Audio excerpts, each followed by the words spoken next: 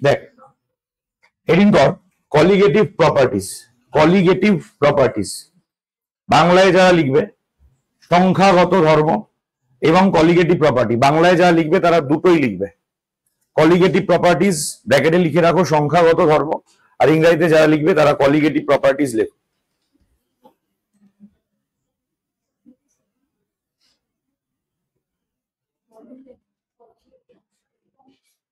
Colligative properties ব্র্যাকেটে লেখো সংখ্যাগত ধর্ম। আচ্ছা, এবারে কথা একটু বন্ধ থাকলে ভালো হয়। ক্লাসটা রেকর্ড করছি, কথা একটু বন্ধ করলে ভালো হয়, অযথা কথা না বললে ভালো হয়। কলিগেটিভ প্রপার্টির ডেফিনেশন অনুযায়ী বলছে যে দ্রবণের এমন কিছু কিছু ধর্ম আছে বা সলিউশনের এমন কিছু কিছু প্রপার্টি আছে যে প্রপার্টিগুলো সলিউশনের মধ্যে ডিজলভ হয়ে থাকা যে সলিউট পার্টিকেল বা যে দ্রাবকণা, সেই দ্রাবকণার প্রকৃতির ওপর নির্ভর করে না, নেচারের ওপর নির্ভর করে না, নির্ভর করে সেই দ্রাবকণার সংখ্যার ওপর, যে কতগুলো দ্রাবকণা দ্রবীভূত করা আছে। এবং সলিউশনের এই যে প্রপার্টির কথা আমরা বললাম, যেটা সলিউট পার্টিকেলস এর নাম্বারের উপর ডিপেন্ড করছে কিন্তু নেচারের উপর ডিপেন্ড করছে না, এই প্রপার্টি গুলোকে আমরা বলছি হচ্ছে কলিগেটিভ প্রপার্টি। তাহলে আবার আরেকবার রিপিট করছি যে দ্রবণের যে সমস্ত ধর্ম দ্রবণে দ্রবীভূত দ্রাবকণার সংখ্যার উপর নির্ভর করে, কিন্তু কি রকম বা কি টাইপের দ্রাবকণা আমরা যোগ করছি, what is the nature of the solute particles added, তার উপর যদি নির্ভর না করে তাহলে আমরা ওই ধরনের প্রপার্টিকে বা ওই ধরনের ধর্মগুলোকে বলি হচ্ছে কলিগেটিভ প্রপার্টি বা সংখ্যাগত ধর্ম। তো টোটাল 4টে কলিগেটিভ প্রপার্টি আমাদের সিলেবাসে আছে, পড়তে হবে। 1 নম্বর কলিগেটিভ প্রপার্টি হচ্ছে relative lowering of vapour pressure. Relative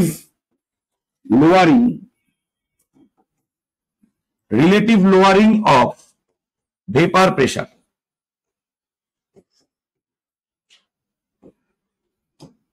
2 নম্বর, এটা রিলেটিভ লোয়ারিং অফ ভেপার প্রেসারের বাংলা হচ্ছে বাষ্পচাপের আপেক্ষিক অবনমন। বাষ্পচাপের আপেক্ষিক অবনমন, এখন লেখার দরকার নেই, আমি বলবো। 2 নম্বর যে প্রপার্টিটা আমাদের পড়তে হবে সেটা হচ্ছে elevation of boiling point. Elevation of boiling point,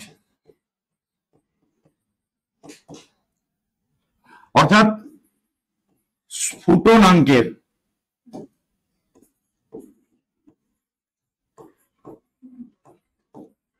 উন্নয়ন। 3 নম্বর যে কলিগেটিভ প্রপার্টি আমাদের পড়তে হবে depression of freezing point. Depression of freezing point, অর্থাৎ বাংলা এটাকে আমরা বলি হিমাঙ্কের অবনমন। 4 নম্বর যেটা আমাদের পড়তে হবে দ্যাট ইজ অসমোটিক প্রেসার, অর্থাৎ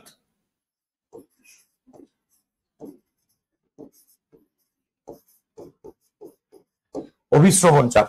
এই 4টে কলিগেটিভ প্রপার্টি রয়েছে এবং এই 4টে কলিগেটিভ প্রপার্টি আমাদের সিলেবাসে আছে, এই 4টে আমরা পড়বো।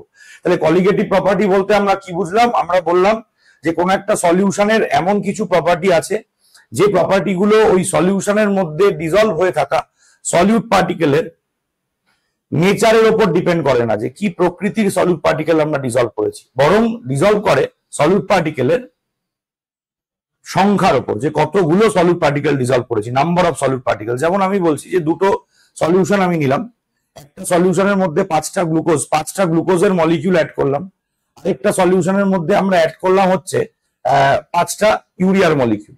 তাহলে গ্লুকোজ এবং ইউরিয়া বাই ক্যারেক্টার দুটো ডিফারেন্ট মেটেরিয়াল, গ্লুকোজ আলাদা, ইউরিয়া আলাদা, কিন্তু যখন আমরা এদের দুজনকে 5টা করে দুটো সলিউশনের মধ্যে অ্যাড করবো একই পরিমাণ সলিউশনে, দেখা যাবে দুটো সলিউশনের কলিগেটিভ প্রপার্টি কিন্তু সেম হচ্ছে। তো কলিগেটিভ প্রপার্টি মানে হচ্ছে নাম্বার অফ পার্টিকেলের উপর যেটা ডিপেন্ড করে, সংখ্যার উপর যেটা ডিপেন্ড করে। Glucose, urea, sucrose, XYZ, what ever the solute is, what ever the nature of the solute is, সেটা কোনো ফ্যাক্টর নয়। ফ্যাক্টর হচ্ছে number of solute particles added, মানে কতগুলো সলিউট পার্টিকেল অ্যাড করা হয়েছে, 2, 4, 6, 8টা। যদি একই সংখ্যায় সলিউট পার্টিকেলস আমরা অ্যাড করি তাহলে কলিগেটিভ প্রপার্টিও কিন্তু একই হবে প্রত্যেকটা সলিউশনের ক্ষেত্রে, এবং এটাই হচ্ছে কলিগেটিভ প্রপার্টি ডেফিনেশন। দেখো, দ্রবণের, ইংরেজিতে আমি বলছি, দ্রবণের যে সমস্ত ধর্ম, দ্রবণের যে সমস্ত ধর্ম, দ্রবণের যে সমস্ত ধর্ম দ্রবণে দ্রবীভূত দ্রাবকণার, দ্রবণে দ্রবীভূত দ্রাবকণার প্রকৃতির ওপর নির্ভর করে না। দ্রবণে দ্রবীভূত দ্রাবকণার প্রকৃতির ওপর নির্ভর করে না, কিন্তু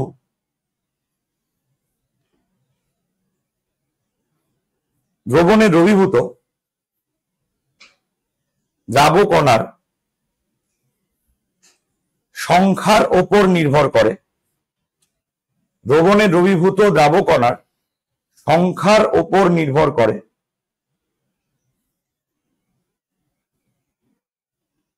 তাদের সংখ্যাগত ধর্ম বা কলিগেটিভ প্রপার্টি বলে, তাদের সংখ্যাগত ধর্ম বা কলিগেটিভ প্রপার্টি বলে। বোর্ডের প্রপার্টি 4টে লিখে নাও, যারা ইংরেজি লিখছো লেখো। The properties of a solution, the properties of a solution that depends on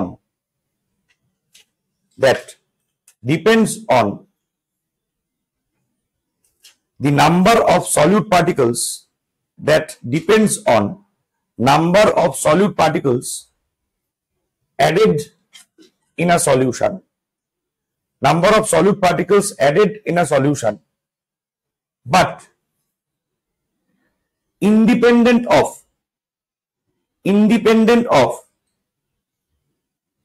the nature of solute particles added, independent of the nature of solute particles added, are called colligative properties, colligative properties। তাহলে total এই 4টে colligative property আমাদের পড়তে হবে। Colligative property,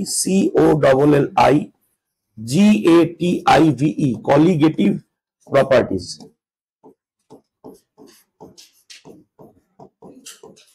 এই 4টে colligative property আমাদের পড়তে হবে।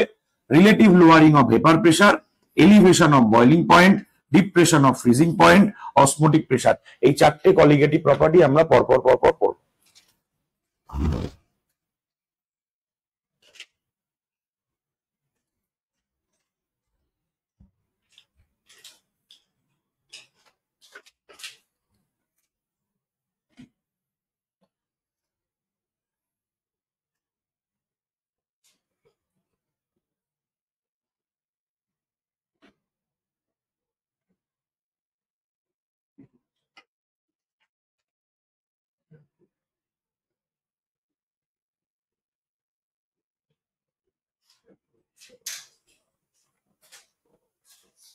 হয়েছে সবার? আচ্ছা, লেখা হয়ে গেলে এবারে শুরু করার আগে প্রথমে একটু হেডিং করো, ক্যারেক্টারিস্টিক্স অফ এ সলিউট, দ্রাবের বৈশিষ্ট্য। মানে একটা দ্রাব কিরকম হলে তবে গিয়ে এই কলিগেটিভ প্রপার্টির ব্যাপারটাকে আমরা অ্যাপ্লাই করতে পারবো যে কোনো একটা সলিউশনের ক্ষেত্রে, যে দ্রাবটা কিরকম প্রকৃতির দ্রাব হলে। দেখো, ফার্স্ট অফ অল, প্রথম ক্যারেক্টার অফ সলিউট যেটা আমরা বলছি, কি কি হতে হবে? সলিড সলিউট হতে হবে, সলিড। অর্থাৎ আমরা যে দ্রাব পদার্থটাকে দ্রবণে দ্রবীভূত করছি, আমরা যে দ্রাব পদার্থটাকে দ্রবণে দ্রবীভূত করছি, সেই দ্রাব পদার্থটা অবশ্যই কিন্তু সলিড হতে হবে, কঠিন হতে হবে, নাম্বার 1। নাম্বার টু, আমরা যে সলিড পার্টিকেলটাকে দ্রবণে দ্রবীভূত করছি, সেই সলিড পার্টিকেলটা অবশ্যই নন ভোলাটাইল হতে হবে। নন ভোলাটাইল মানে অনুদ্বায়ী, কোন রকম ভাবে উদ্বায়ী হলে হবে না, অনুদ্বায়ী সলিউট হতে হবে। নাম্বার 3, যাকে আমরা দ্রবীভূত করছি সেটা নন অ্যাসোসিয়েটিভ হতে হবে। নন অ্যাসোসিয়েটিভ, নন অ্যাসোসিয়েটিভ এর বাংলা হচ্ছে অসংযোজী। সবগুলো আমি আরেকবার এক্সপ্লেন করব। আর 4 নম্বর ক্যারেক্টার যেটা হতে হবে সেটা হচ্ছে নন ইলেকট্রোলাইট হতে হবে। নন ইলেকট্রোলাইট হতে হবে, অর্থাৎ তড়িৎ অবিশ্লেষ্য। তাহলে এই যে 4টে ক্যারেক্টার, এটা হচ্ছে ক্যারেক্টার অফ সলিউট, মানে যে দ্রাবকণা আমি দ্রবণে ব্যবহার করছি সেই দ্রাবকণার এই 4টে চরিত্র কিন্তু থাকতে হবে। নাম্বার 1, দ্রাবটাকে অবশ্যই সলিড হতে হবে। লিকুইড বা গ্যাসিয়াস সলিউট হলে হবে না, তরল বা গ্যাসীয় প্রকৃতির দ্রাব হলে হবে না, নাম্বার 1। নাম্বার 2, দ্রাবটা অবশ্যই নন ভোলাটাইল হতে হবে, অর্থাৎ অনুদ্বায়ী হতে হবে। কোনো কারণে যেন ভোলাটাইল না হয়, তাহলে কলিগেটিভ প্রপার্টি অ্যাপ্লিকেবল বা অ্যাপ্লাই করা যাবে না। নাম্বার 3, যেটা দ্রাব সেটা নন অ্যাসোসিয়েটিভ হতে হবে। নন অ্যাসোসিয়েটিভ মানে অসংযোজী। এমন হয়, অনেক সময় হয় যে আমরা সলিউট পার্টিকেল গুলোকে সলিউশনে অ্যাড করলাম, সলিউট পার্টিকেল গুলো সলিউশনে এসে কি হলো, নিজেদের মধ্যে পরস্পর জুড়ে গেল। জুড়ে গেল কিভাবে? হাইড্রোজেন বন্ড করলো বা অন্যরকম কোন আকর্ষণ বল, তারা একত্রিত হয়ে গেল। অর্থাৎ আমি 4টে সলিড পার্টিকেল অ্যাড করেছিলাম, দেখা গেল তারা জুড়ে ফুড়ে গিয়ে দুটোতে আলটিমেটলি দাঁড়িয়েছে। তাই নাম্বার অফ সলিড পার্টিকেল কমলো। আমরা কলিগেটিভ প্রপার্টি পড়ছি, colligative property number of solid particles এর উপর ডিপেন্ড করে। তো নাম্বার অফ সলিড পার্টিকেল যদি কমে যায়, কলিগেটিভ প্রপার্টিও কিন্তু অবশ্যই হ্যাম্পার হবে। দ্যাট ইজ বাই কোনোভাবেই অসংযোজী হলে হবে না, মানে কোনোভাবেই সংযোজী হলে হবে না, অসংযোজী হতে হবে। আর 4 নম্বর ক্যারেক্টার হচ্ছে নন ইলেকট্রোলাইট, মানে যে সলিড পার্টিকেলটা আমি ব্যবহার করছি সেই সলিড পার্টিকেলটা তড়িৎ বিশ্লেষ্য প্রকৃতির হলে হবে না, অর্থাৎ কোনোভাবেই দ্রবণে এসে আয়নে ভেঙে যাওয়া চলবে না। কারণ দেখ, কোন একটা সলিড পার্টিকেল সে যদি দ্রবণে এসে আয়নে ভেঙে যায়, আয়নে স্প্লিট করে, তাহলে অটোমেটিক্যালি কি হবে, নাম্বার অফ সলিড পার্টিকেলস বাড়বে। ধর NaCl আমি দ্রবণে অ্যাড করেছি, দ্রবণে অ্যাড করার সঙ্গে সঙ্গে NaCl তো আর NaCl থাকবে না, ও ভেঙে গিয়ে Na+Cl- তৈরি করবে। যখনই ও Na+Cl- তৈরি করবে তখন দুটো পার্টিকেল হয়ে গেল, নাম্বার অফ সলিড পার্টিকেলস বেড়ে গেল। আর নাম্বার অফ পার্টিকেলস যদি বেড়ে যায় বা কমে যায়, সেটা কিন্তু কলিগেটিভ প্রপার্টির ভ্যালুতে এফেক্ট করবে। দ্যাট ইজ ওয়াই কোনো অবস্থাতেই এই ক্যারেক্টার গুলো কিন্তু বাইরে যাওয়া যাবে না সলিড পার্টিকেল, অর্থাৎ অবশ্যই সলিড হতে হবে, অবশ্যই নন ভোলাটাইল হতে হবে, অবশ্যই নন অ্যাসোসিয়েটিভ হতে হবে, এবং অবশ্যই নন ইলেকট্রোলাইট হতে হবে। এবং সর্বোপরি আরেকটা জিনিস আমরা যেটা বলি, যে কলিগেটিভ প্রপার্টি প্র্যাকটিক্যালি কিন্তু অ্যাপ্লিকেবল হয় ডাইলিউট সলিউশনের ক্ষেত্রে, অর্থাৎ লঘু দ্রবণের ক্ষেত্রে।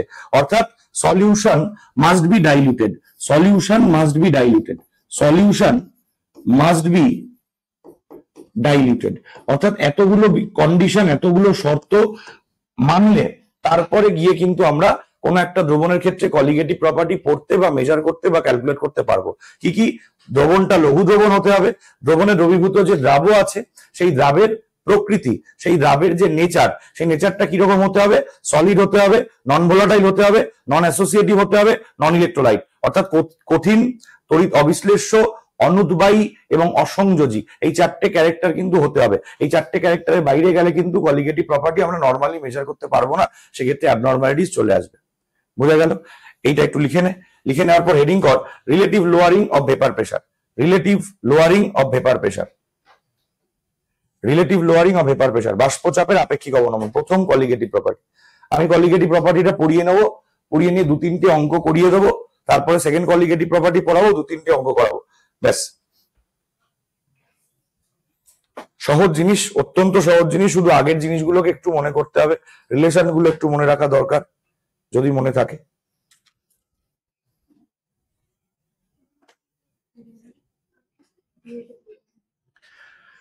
এবারে প্রথম কলিগেটিভ প্রপার্টিটা হেডিং করবে relative lowering of vapour pressure, অর্থাৎ বাষ্পচাপের আপেক্ষিক অবনমন।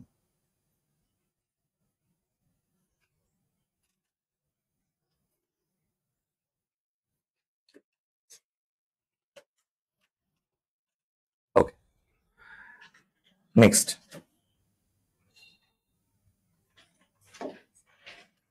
আমাদের যে ধরে নাও, তাহলে আমি প্রথম যে কলিগেটিভ প্রপার্টিটা পড়ছি সেটা হচ্ছে relative lowering of vapour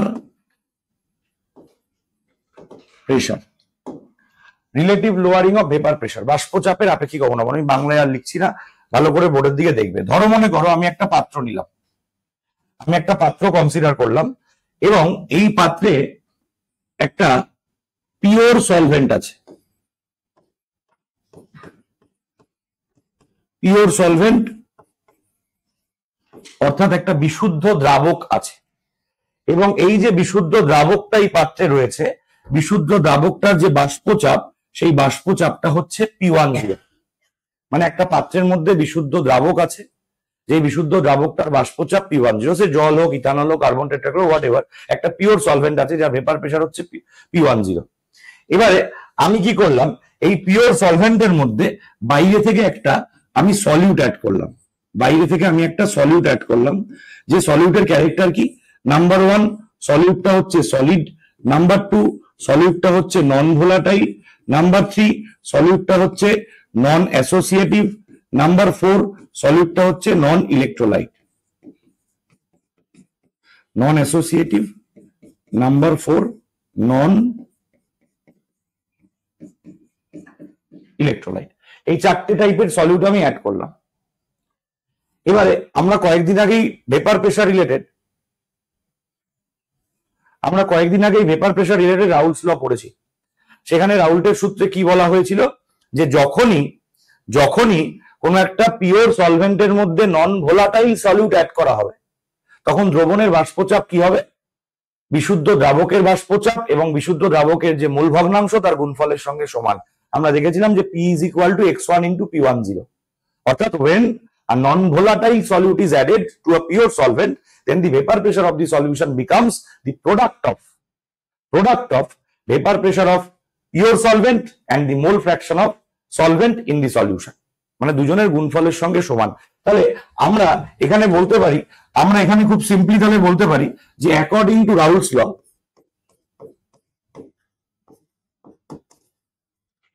according to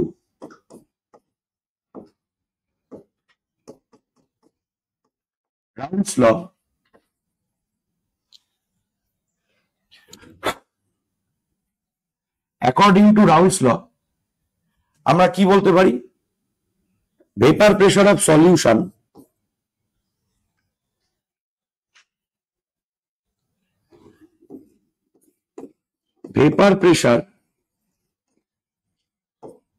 of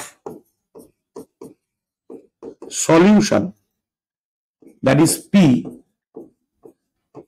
is equal to কি হবে, x1 into P10। এটা দুদিন আগেই আমরা দেখেছি। তো এখান থেকে আমি বলতে পারবো যে P by P10 is equal to হচ্ছে x1। আর আমরা কয়েকদিন আগেই দেখেছি, যেহেতু এটা আমরা একটা বাইনারি সলিউশন পড়ছি, এখানে দুটো জিনিস আছে, একটা আছে সলিউট আর একটা আছে সলভেন্ট। এটা একটা বাইনারি সলিউশন। তো সলভেন্টের মোল ফ্র্যাকশন যদি x1 হয়, সলিউটের মোল ফ্র্যাকশন যদি x2 হয়, তাহলে দুটোর যোগফল আমাদের সবসময় কত হবে, 1 হবে। তাহলে আমরা এখানে x1 এর জায়গায় অটোমেটিক্যালি বলতে পারি যে x1 ইজ ইকুয়াল টু আমাদের কত, 1 minus x2।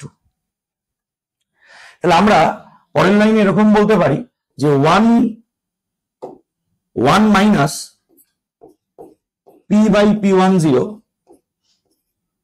Is equal to x2, এটা আমরা বলতে পারি। তো এই জায়গাটা সিম্পলিফাই করলে কি আসছে, P10 minus P divided by P10 is equal to হচ্ছে x2। এবং এই যে আমরা P10 minus P by P10, এই যে রেশিওটা, অর্থাৎ তুই ভালো করে দেখ, আগে ভেপার প্রেশার ছিল কত, P10, যেই আমি নন ভোলাটাইল সলিউট অ্যাড করেছি, ভেপার প্রেশার সলিউশনের হয়ে গেছে কত, P। তাহলে ছিল কত, P10, হলো কত, P। তাহলে কমলো কতটা, P10 মাইনাস P। এই যে P10 মাইনাস P, এটাকেই আমরা বলতে পারবো লোয়ারিং অফ ভেপার প্রেশার, অর্থাৎ বাষ্পচাপের, এখনো ব্যাপারটা আপেক্ষিক হয়নি, বাষ্পচাপের অবনমন। একটা পিওর সলভেন্টের মধ্যে যখনই আমি solid, non volatile, non associative, non electrolyte solute add করব, জরুরি ক্যারেক্টার হচ্ছে যেহেতু এটা নন ভোলাটাইল, তাহলে ভেপার প্রেসার কি হবে? কমে যাবে। ভেপার প্রেসার কমে কত হলো? পি হলো। তাহলে ছিল P10, হলো পি, কমলো কতটা? P10 minus P. এটাকেই আমরা বলতে পারবো বাষ্পচাপের অবনমন বা লোয়ারিং অফ ভেপার প্রেসার। এবার আপেক্ষিক বলতে আমরা কি বুঝি? কারোর অপেক্ষা। রিলেটিভ মানে কি? কারোর সাপেক্ষে যখন মেজার করা হয়। এবার ধর কার সাপেক্ষে আমি মেজার করব? প্রাথমিকটার সাপেক্ষে। প্রথমে ছিল কত? P10, এখন কমে হয়েছে কত? P10 minus P. তাহলে প্রথমে যদি 1 থাকতো, এখন কমে কত হতো? P10 minus P by P10। অর্থাৎ এই যে অনুপাত P10 minus P divided by P10, এই যে অনুপাত, তার মানে কি P10 সাপেক্ষে এইটুকু কমেছে।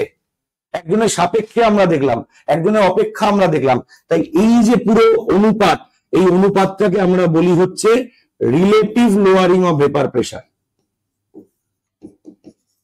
Relative lowering of vapour pressure অথবা বাষ্পচাপের আপেক্ষিক অবনমন।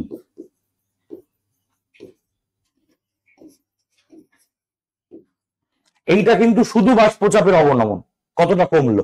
ছিল P10, কমে হলো পি, তাহলে কমলো কত? P10 minus P.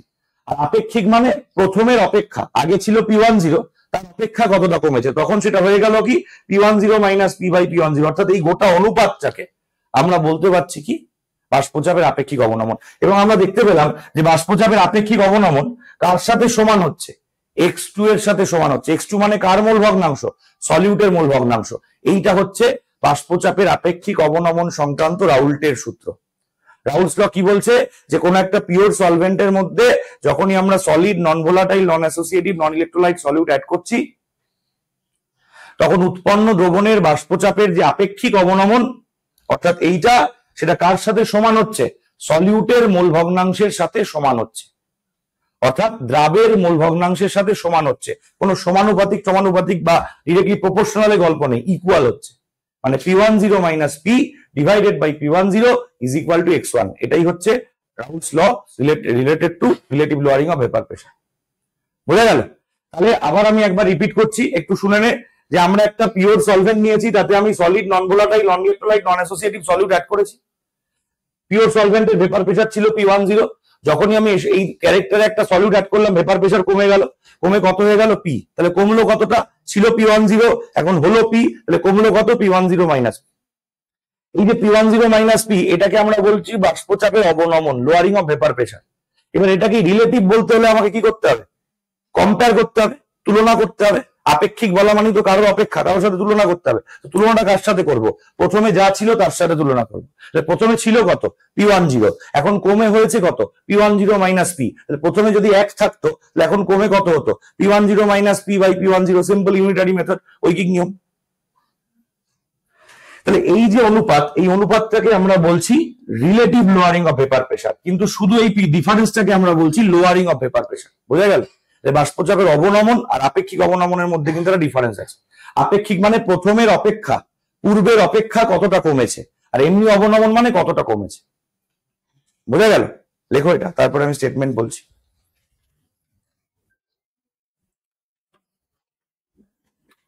কারোর কিছু অসুবিধা থাকলে বলবে।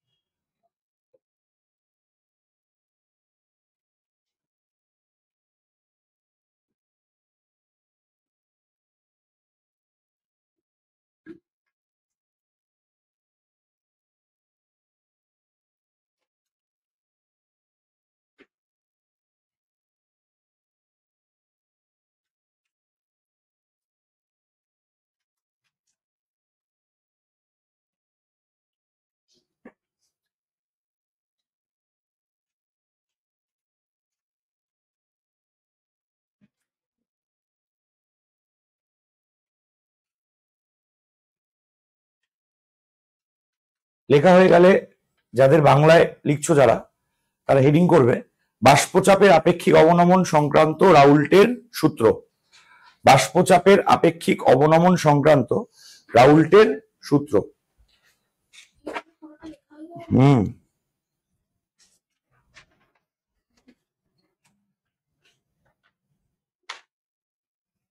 Raoult's law regarding relative lowering of vapor pressure। যারা ইংরেজিতে লিখবে তারা হেডিং করো Raoult's law regarding relative lowering of vapor pressure।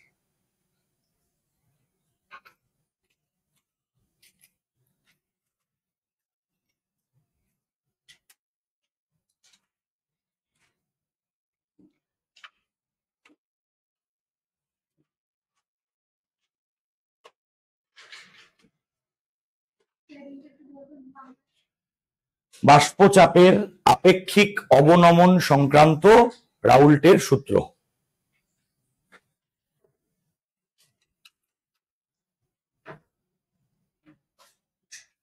বাষ্পচাপের আপেক্ষিক অবনমন সংক্রান্ত রাউল্টের সূত্র। Raoult's law regarding relative lowering of vapor pressure।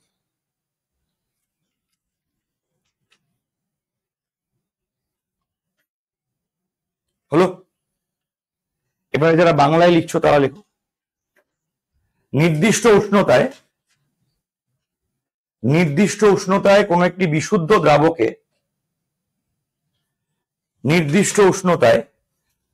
বিশুদ্ধ দ্রাবকে কঠিন তড়িৎ অবিশ্লেষ্য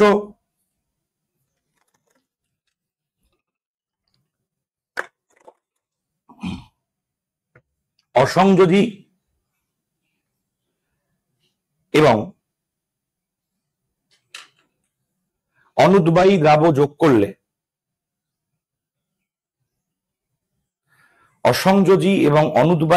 যোগ করলে উৎপন্ন দ্রবণের বাষ্পচাপের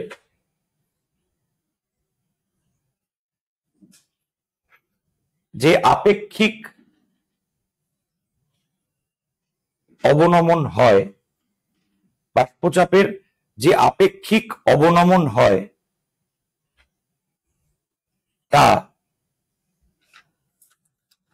তা ওই দ্রবণের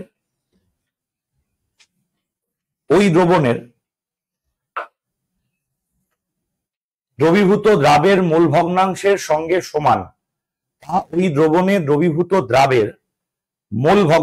সঙ্গে সমান। কোন সমানুপাতিকের গল্প নেই, সমান।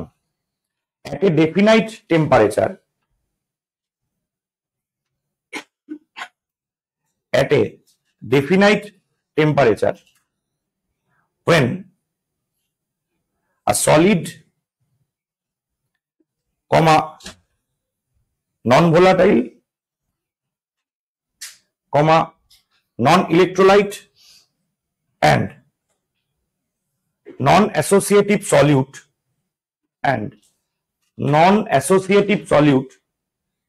is added to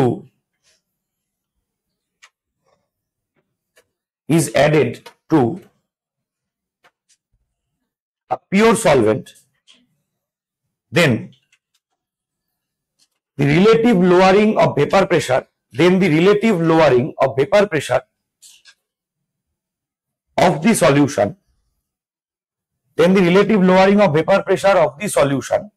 becomes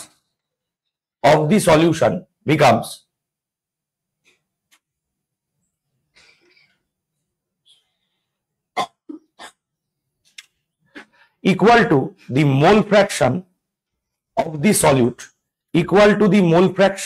solute dissolved in the solution. Mole fraction of the solute dissolved in the solution.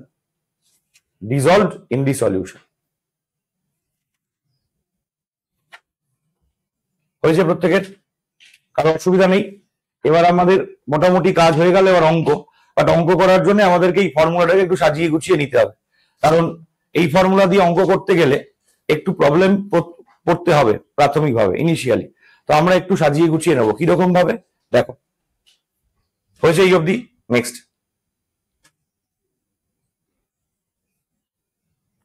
এবারে রিডিউসড ফর্ম, মানে আমরা ওই ফর্মুলাটাকে একটু সাজিয়ে গুছিয়ে নিই।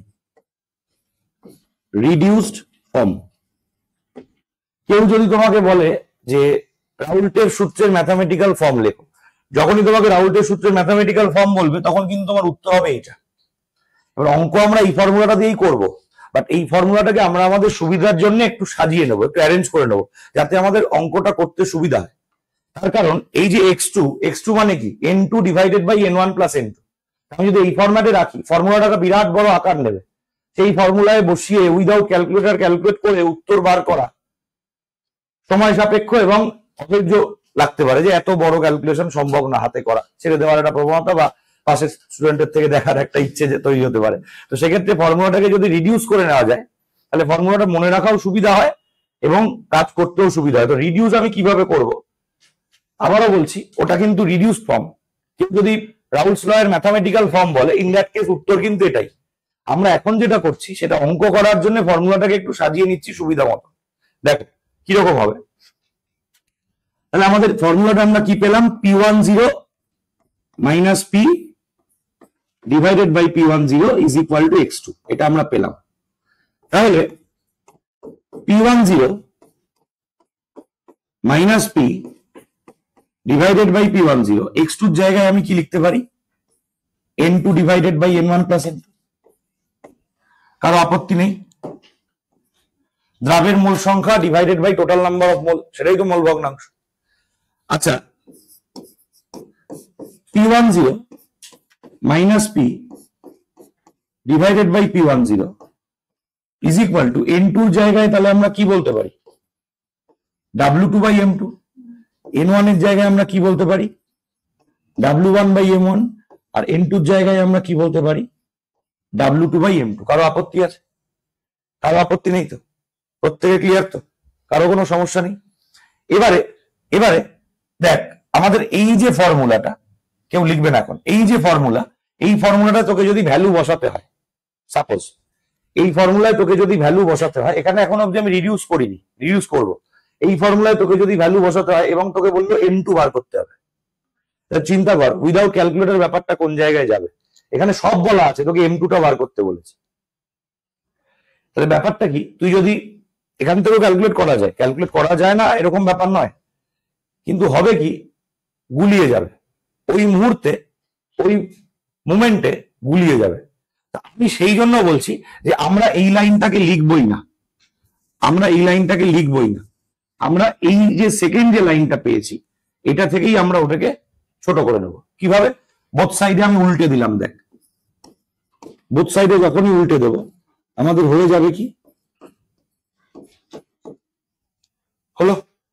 তাহলে এই দিকটায় আমরা কি পেলাম, এই দিকটায় আমরা পেলাম n1 plus n2 divided by n2। কারো আপত্তি আছে? নেই। আচ্ছা, এবারে p10 divided by p10 minus p is equal to আমরা কি পেলাম, আচ্ছা আমি এখানে লিখতে পারি n1 বাই n2 প্লাস 1। কারো আপত্তি নেই, জাস্ট সেপারেট করে দিয়েছি, n1 by n2 plus n2 by n2 1। এবার 1টাকে এদিকে নিয়ে চলে আয়,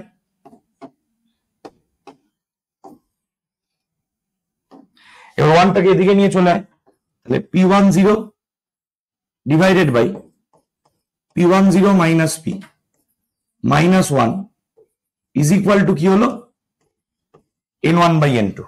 আপত্তি নেই কারো?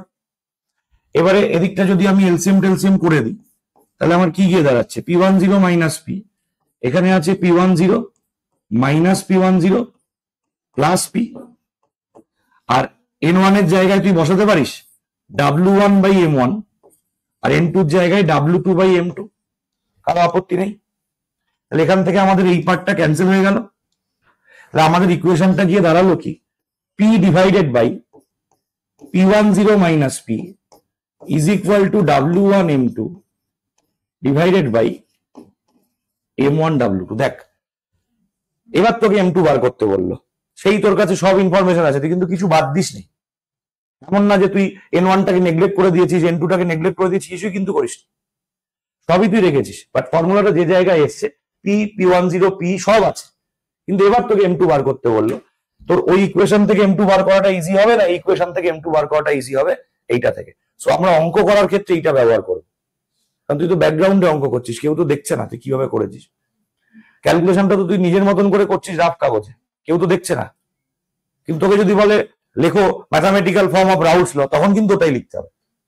আর অঙ্ক করার ক্ষেত্রে আমরা ব্যবহার করব হচ্ছে এইটা, এবং এইটা ব্যবহার করলে তোদের কিন্তু অঙ্ক করতে সুবিধা হবে। বাট আবারও বলছি, বারবার করে রিপিট করছি, this is not the mathematical form of Raoult's ল।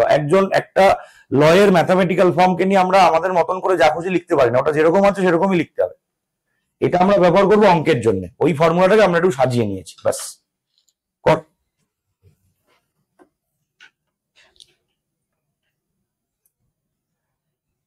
এত কিছু তো তোকে মনে রাখতে হচ্ছে না, তোকে শুধু ফর্মুলাটা মনে রাখতে হবে, ব্যাস এইটুকুই তোর কাজ।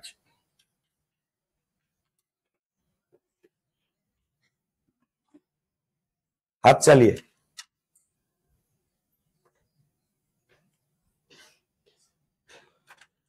এবং এর মধ্যে এমন কিছু করিনি, ধর পরীক্ষার সময় ভুলে গেছিস, নিজে একটু সাইডে যদি সময় থাকে বার করে দেখেও নিতে পারিস যে রিডিউস করলে কোন জায়গায় যাচ্ছে, তো সময় সাপেক্ষ যদিও।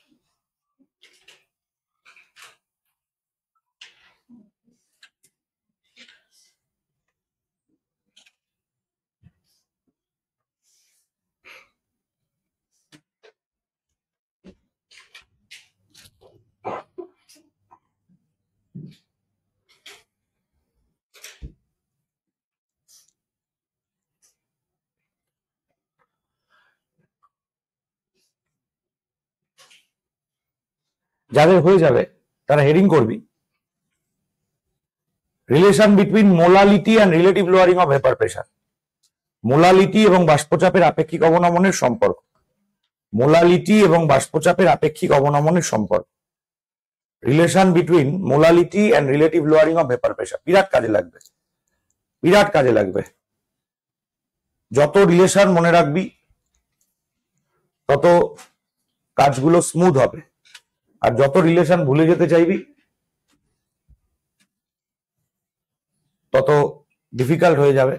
পাশের লোকের খাতা দেখতে হবে, ছোট কাগজ নিয়ে যেতে হবে, এসব নিজস্ব কাজ করতে হবে। হ্যাঁ, রিলেটিভ লোয়ারিং, আচ্ছা, relation between molality and relative lowering of vapour pressure, relation between molality and relative lowering of vapour pressure, relation between molality and relative lowering of vapour pressure. প্রত্যেকের লেখা হয়েছে? কারো অসুবিধা নেই তো?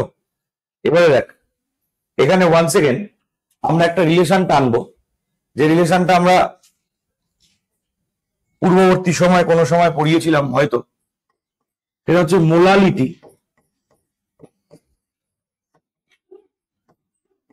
M ইজ ইকুয়াল টু, আমরা পড়িয়েছিলাম x2 into 1000 divided by x1 into m1, এরকম একটা রিলেশন পড়িয়েছিলাম মোলালিটি আর মোল ফ্র্যাকশনের মধ্যে। খাতায় দেখবি লেখা আছে, নিশ্চয়ই পাবে যদি হারিয়ে না যায়। এবারে এখান থেকে x2 এর ভ্যালুটা কত হবে? m1 into x1 into m1 divided by 1000 is equal to হচ্ছে x2। This is our x2। এবার x2 টা বার করলে তুই ওখানে বসিয়ে দিলেই তোর কাজ মিটে গেল।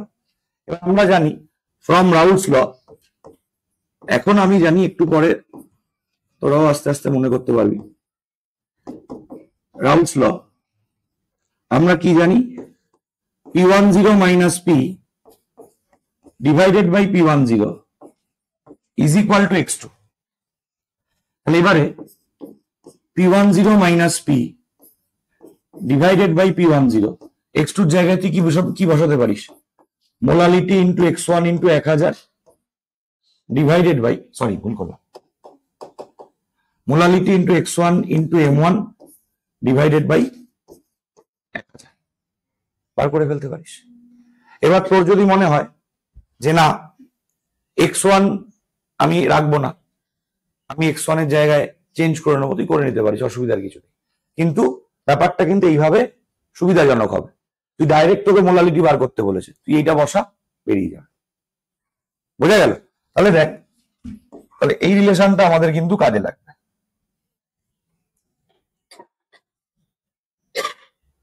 এই রিলেশনটা আমাদের কিন্তু কাজে লাগবে, কাজে লাগাতে চাইলে, এবং বহু ক্ষেত্রে কিন্তু লাগাতেও হবে। কারণ প্রশ্ন আমি দেখছি যে relative lowering of vapour pressure থেকে কিন্তু মোলারিটি বার করতে দিচ্ছে, তখন ডিরেক্ট এটা বসাতে হবে।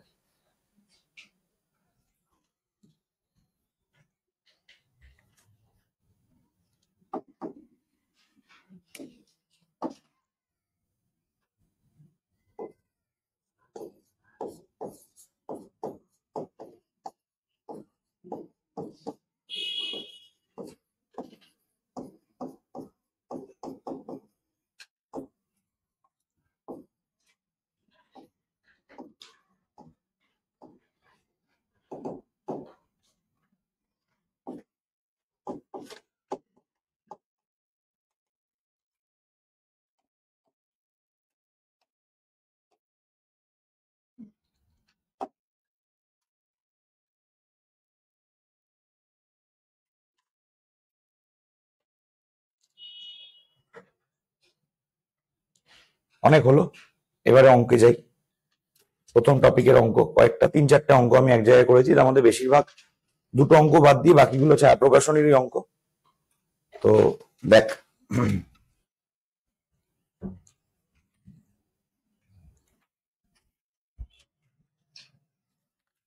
হয়েছে, এগোবো। প্রথম প্রশ্ন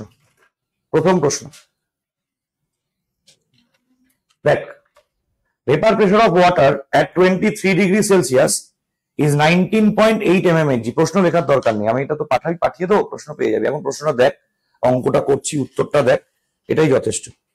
আচ্ছা, vapor pressure of water at 23 degree Celsius is 19.8 mmHg, মানে বিশুদ্ধ জল 23 ডিগ্রি সেলসিয়াস টেম্পারেচারে 19.8 mmHg হচ্ছে তার প্রেসার। 0.1 মোল গ্লুকোজ ওর মধ্যে ডিজলভ করা হয়েছে, মানে সলিউট 0.1 মোল ডিজলভ করা হয়েছে। কত গ্রাম জলের মধ্যে ডিজলভ করা হয়েছে? 178.2 গ্রাম জলের মধ্যে ডিজলভ করা হয়েছে। তো বলছে then the resulting solution will have a vapour pressure of, মানে সলিউশনের ভেপার প্রেসার বার করতে বলেছে। তোর কাছে কি কি ইনফরমেশন আছে আগে সেটা লিস্ট করা অত্যন্ত জরুরি। P10 তোমাকে প্রোভাইড করেছে 19.8 mmHg। No need to change the unit of pressure, pressure unit change করার কোনো দরকার নেই।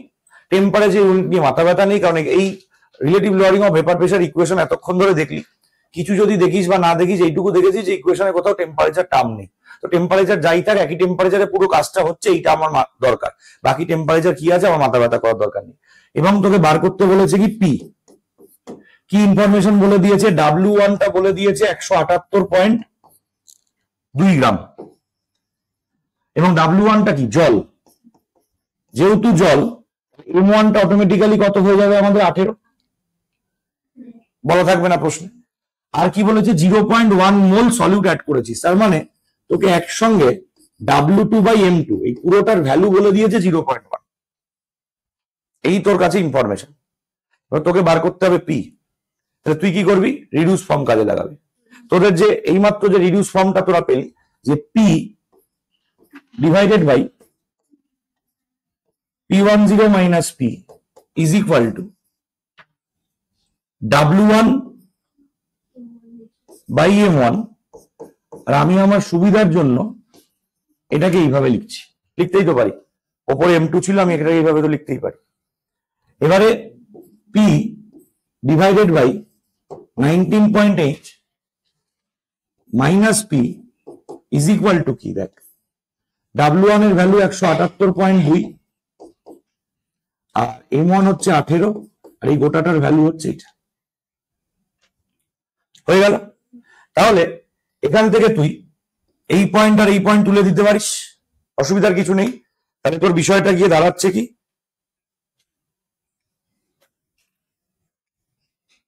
নাইনটি-নাইন, এটা ডিরেক্ট কেটে যাচ্ছে, তাহলে পি ইজ ইকুয়াল টু 99। এবার তোকে এটা সলভ করে প্রেসারের ভ্যালুটা ক্যালকুলেট করতে হচ্ছে। তো তুই যখন এটা সলভ করবি,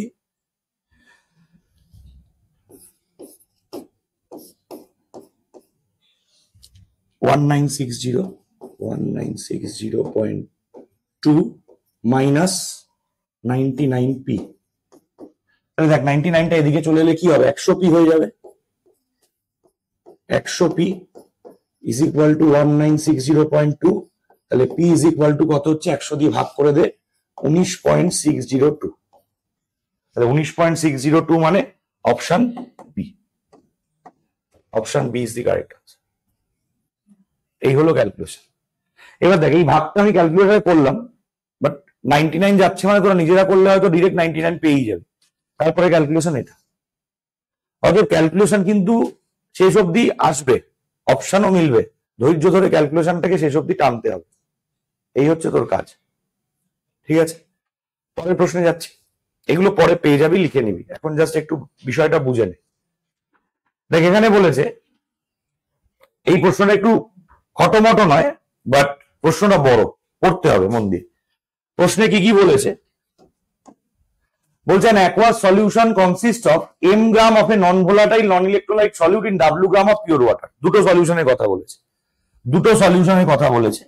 প্রথম সলিউশন, এই একটা সলিউশন, এই একটা সলিউশন, দুটো সলিউশনের কথা বলেছে। এখানে কি বলেছে, w গ্রাম জল নেওয়া হয়েছে, তাতে m গ্রাম সলিউট অ্যাড করা হয়েছে। আর বলছে আরেকটা সলিউশনে m গ্রাম সলিউট অ্যাড করা হয়েছে w গ্রাম ইথানলে। তার মানে পরের পাত্রটায় w গ্রাম ইথানল নেওয়া হয়েছে এবং m গ্রাম সলিউট অ্যাড করা হয়েছে। বলছে relative lowering of vapour pressure, এটার যদি x হয়, এটা relative lowering of vapour pressure x, এটা relative lowering of vapour pressure y, তাহলে দুজনের অনুপাত কত, x আর y এর অনুপাতটা কত, এটা তোকে জিজ্ঞাসা করেছে। এই হচ্ছে প্রশ্ন, মানে এত বড় ভাষা এটা লেখা আছে যে দুটো আলাদা সলিউশন আছে। একটা সলিউশনে w গ্রাম জলের মধ্যে m গ্রাম সলিউট অ্যাড করেছি, আরেকটা সলিউশনে w গ্রাম ইথানলে m গ্রাম সলিউট অ্যাড করেছি। এবার এই দুটো সলিউশনের ক্ষেত্রে রিলেটিভ লোয়ারিং, জল যখন ছিল তখন রিলেটিভ লোয়ারিং হয়েছে x, ইথানল যখন ছিল তখন রিলেটিভ লোয়ারিং হয়েছে y। এবার তোকে বলেছে যে এদের দুজনের মধ্যে যে তোর রেশিও, এক্স আর ওয়াই এর যে রেশিও, সেই রেশিওটা বার করতে বলেছে, অনুপাতটা বার করতে বলেছে। বোঝা গেল? আচ্ছা, এবারে আমি তোকে বলি, প্রথমত ফর ওয়াটার, ফর H2O, আমাদের ফর্মুলাটা এইটা, তো এখানে আমরা ডাইরেক্ট ফর্মুলা লাগবে। এবার তুই বলতে পারিস যে কেন ডাইরেক্ট ফর্মুলা এখানে লাগবে কেন, কারণ এই রিলেটিভ লোয়ারিংটাই তো চেয়েছে, আর রিলেটিভ লোয়ারিং মানে তো এইটা।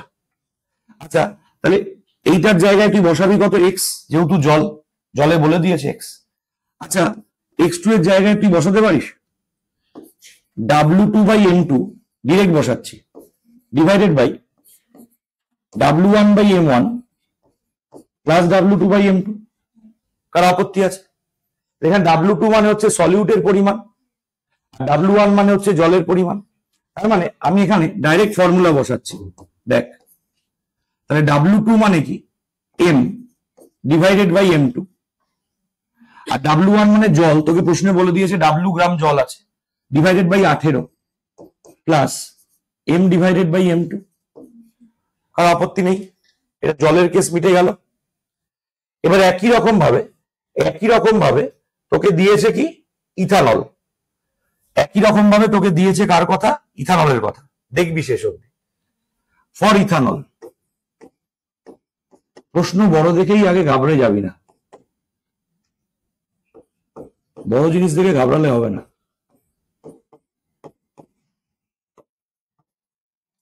এবার এটা রিলেটিভ লোয়ারিং বলে দিয়েছে y, তাহলে y ইজ ইকুয়াল টু কি, x2 এর জায়গায় আমরা বলতে পারি automatically W2/M2 W1/M1 plus W2/M2 হলো।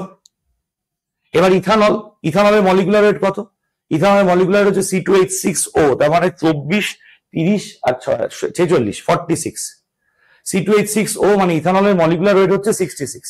তোকে সেকেন্ড পার্টটা দেখ বলেছে, পরেরটা হচ্ছে ডাব্লু গ্রাম ইথানল আছে, তার মধ্যে এম গ্রাম সলিউট আছে। তাহলে তাহলে y ইজ ইকুয়াল টু, তুই কি বলতে পারিস? W2 এর জায়গায় বলবি 1 সেকেন্ড M/M2, এটার জায়গায় তুই কি বলবি? W/46 plus M/M2। কারো আপত্তি নেই? নেই। এবারে এবারে তোকে এই দুটোর অনুপাত বার করতে বলেছে, এক্স আর ওয়াই এর অনুপাত। আমি যদি এবার x/y করি, তাহলে আমাদের কি হবে? M/M2 নিচে হচ্ছে W/46 প্লাস M/M2, আর উপরে উঠে যাচ্ছে W/18 plus M/M2 divided by কত? M/M2। হয়ে গেল? আচ্ছা, এবারে এই পার্টটা ক্যান্সেল হয়ে গেল। তাহলে আমাদের আলটিমেট এক্সপ্রেশনটা গিয়ে কি দাঁড়ালো? W/18 প্লাস M/M2 নিচে হচ্ছে W/46 প্লাস M/M2, এরকম একটা গিয়ে দাঁড়ালো। দেখ, তোকে প্রশ্নে বলেছিল যে W গ্রাম পিওর ওয়াটারের মধ্যে M গ্রাম ডিজলভ করা আছে, আর W গ্রাম ইথানলের মধ্যে কোথায় গেল? M গ্রাম ডিজলভ করা আছে। এবার বলেছে ratio of x to y, x এবং y এর রেশিও। তাহলে আমরা এখানে x আর y এর রেশিওটা পেয়েছি এই জায়গায়। এটা একটু তোরা কর, এটা একটু তোরা করে নে, কারণ এরপরে মুছতে হবে আমাকে। কোশ্চেন লিখতে হবে না, কোশ্চেন তো পেয়ে যাবি, কোশ্চেনের জায়গাটা রেখে দে।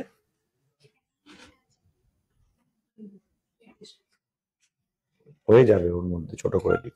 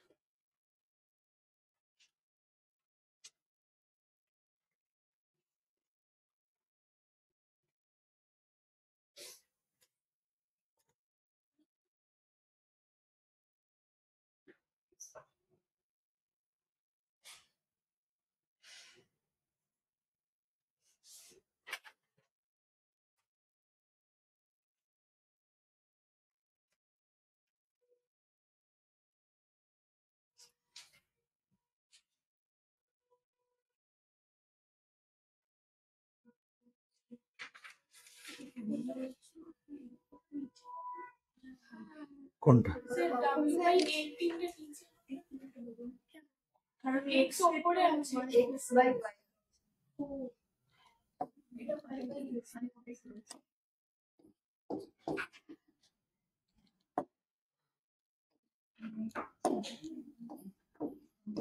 ঠিক আছে,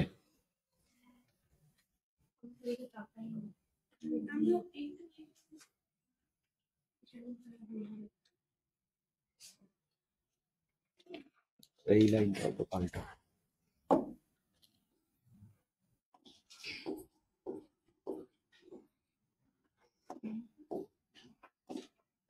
হয়েছে হয়েছে লেখা হয়েছে?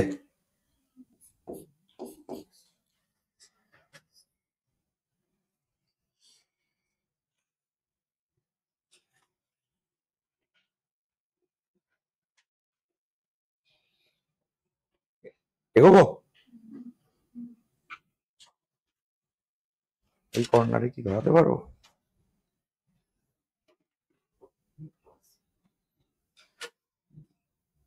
এই কর্নারে ধরাচ্ছি, দেখ ওটার পরে, হ্যাঁ এটার পরে করবো।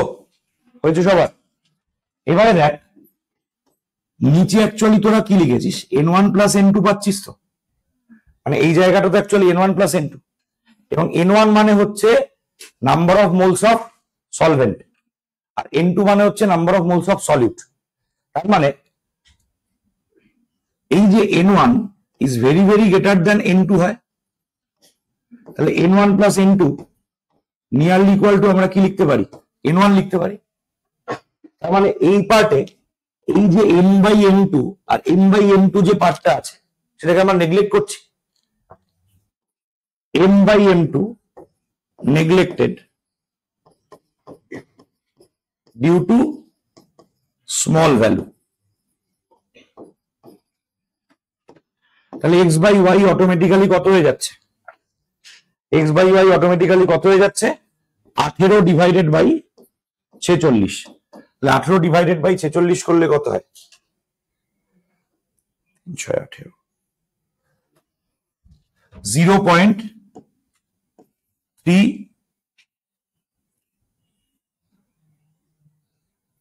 0.39,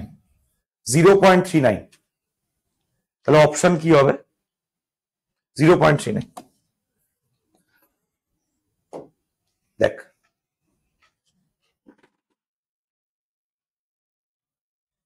হয়েছে?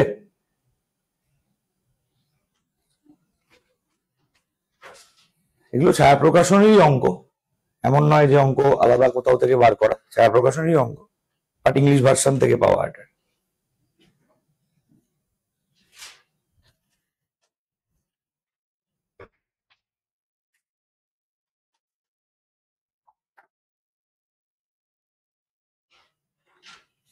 হয়েছে সবার?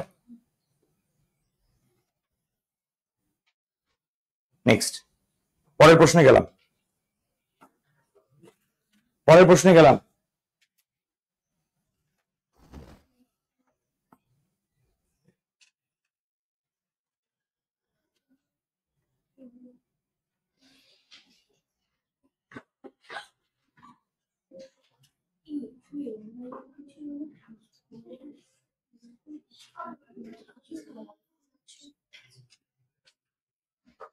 দেখ এবারে পরের প্রশ্ন এই আসছে, এটা ছায়া প্রকাশনেরই প্রশ্ন। বলছে একটা জৈব দ্রাবক, কথা বন্ধ, একটা জৈব দ্রাবক যার মলিকুলার 198 কত গ্রাম 100 গ্রাম ডাইইথাইল ইথারে দ্রবীভূত করলে দ্রবণের বাষ্পচাপের আপেক্ষিক অবনমন হবে 0.037। মানে তোর কাছে কি কি ইনফরমেশন দিয়েছে আগে তার লিস্টটা জরুরি। বাষ্পচাপের আপেক্ষিক অবনমন মানে P10 minus P by P10, এই গোটাটার ভ্যালু বলে দিয়েছে 0.037। ক্লিয়ার? আচ্ছা W1 বলে দিয়েছে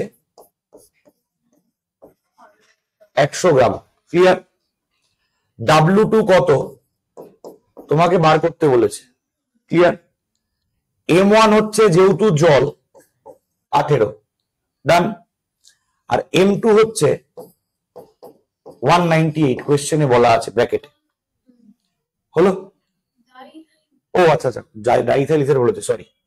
ডাইইথাইল ইথার মানে হচ্ছে মলিকুলার ফর্মুলা C2H5O C2H5, এটা হচ্ছে মলিকুলার ফর্মুলা। তাহলে এটা 18 হবে না, তাহলে মলিকুলার ওয়েট কত হচ্ছে 12, 24 5 29, 29 আর 29 হচ্ছে 58, 58 আর 16 58, 68 74, M1টা হয়ে গেল 74। ঠিক আছে?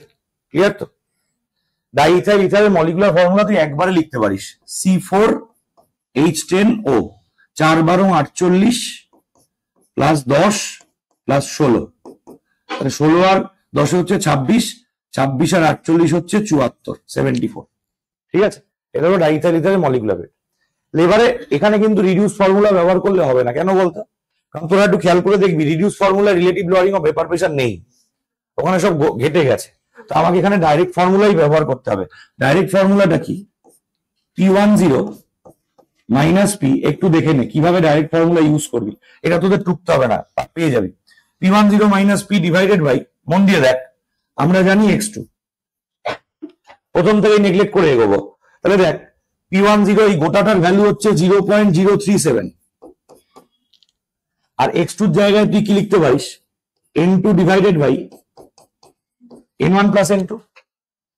এবারে এইমাত্র একটু আগে যেটা আমরা বললাম যে n1 is very very greater than n2, তাহলে n1 plus n2 nearly equal to আমরা কি লিখতে পারি? n1 লিখতে পারি। এবারে তাহলে 0.037 ইজ ইকুয়াল টু আমরা কি লিখলাম? n2 বাই n1 লিখলাম, আপত্তি নেই। এবারে পরের লাইনে 0.037 ইজ ইকুয়াল টু n2 এর জায়গায় লিখলাম W2 বাই M2, n1 এর জায়গায় লিখলাম W1 বাই M1। এবার ভ্যালুগুলো বসাই, W2 into 74 divided by M2 হচ্ছে 198 ইন্টু 100, তাই তো? এবারে সব এদিকে পাঠিয়ে দে, 198 into 100 into 0.037 divided by 74 is equal to W2। তুই এখান থেকে পয়েন্ট উঠিয়ে দিয়ে কি হচ্ছে? 1000। তাহলে তুই 37 দিয়ে 74 কে কাটলে 2, আর 2 দিয়ে 198 কে কাটলে কত হয়? 8 দুগুণে 16, সরি 9 দুগুণে 18, 99, তাই তো? আর তোর এখানে কি হচ্ছে?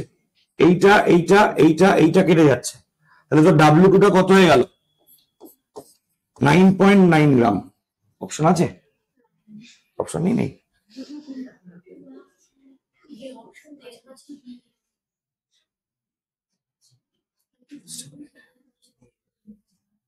চার 12 48, 58, 74, ঠিকই আছে। বইটা একটু দেখি, বাংলা বই।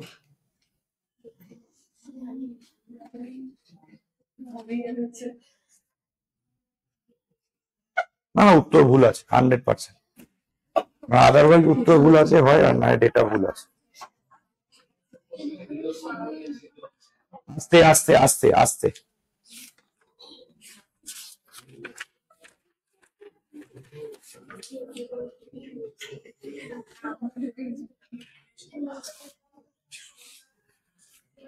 উত্তর বি দেওয়া আছে।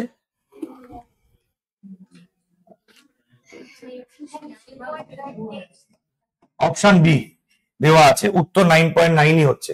দেখ এখানে ক্যালকুলেশন আর কোনো জায়গা নেই, 37 দুগুণে 74, ভুলের কিছু নেই। আর 198 কে 2 দিয়ে ভাগ করলে 99 হবে, আর এখানে নিচে একটা 10 রয়েছে, তো 99 বাই 10 9.9ই হচ্ছে। উত্তর দেওয়া আছে 10.3, ঠিক আছে, অসুবিধা নেই। বোঝা গেল? ক্যালকুলেশন শুধু ফর্মুলা, সঠিক ডেটা বসানো আর ক্যালকুলেট করা, আর কিছু কিন্তু নেই। ফর্মুলা মনে রাখতে হবে, বারবার করে আমি বলছি, সলিউশনের ভালো নাম্বার পাওয়ার একটাই জায়গা, ফর্মুলা ভুলভাল করলে হবে না। এখানে বুঝতেই পারছিস যে একটা যদি এদিক ওদিক হয়ে যায়, n2 by n1, W by এদিক ওদিক আছে। এখানে 10.3 আসার আরেকটা জায়গা আছে, যে বেশি আসার একটা জায়গা, যেটা বেশি আসার জায়গা হচ্ছে আমি তো নিচ থেকে n2 টাকে নেগলেক্ট করেছি, ওটাকে যদি আমি ধরে নিতাম তাহলে হয়তো ভ্যালুটা আরেকটু এদিক ওদিক হয়ে যেত।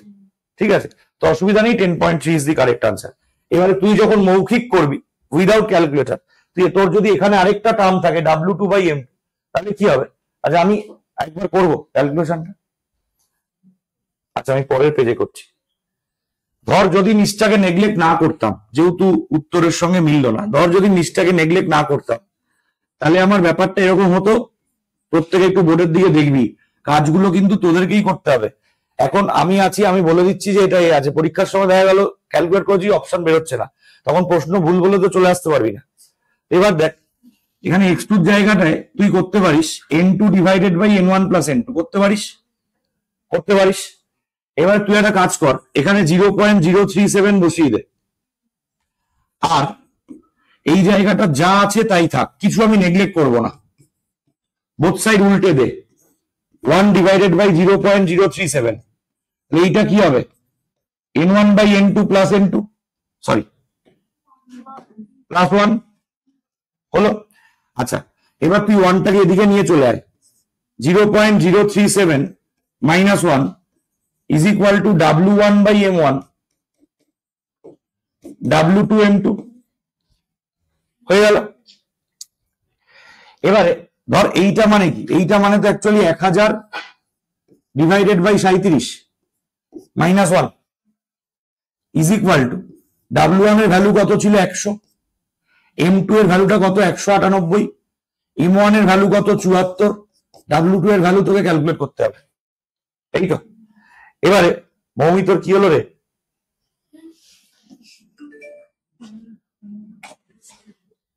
এবারে 1000 মাইনাস 37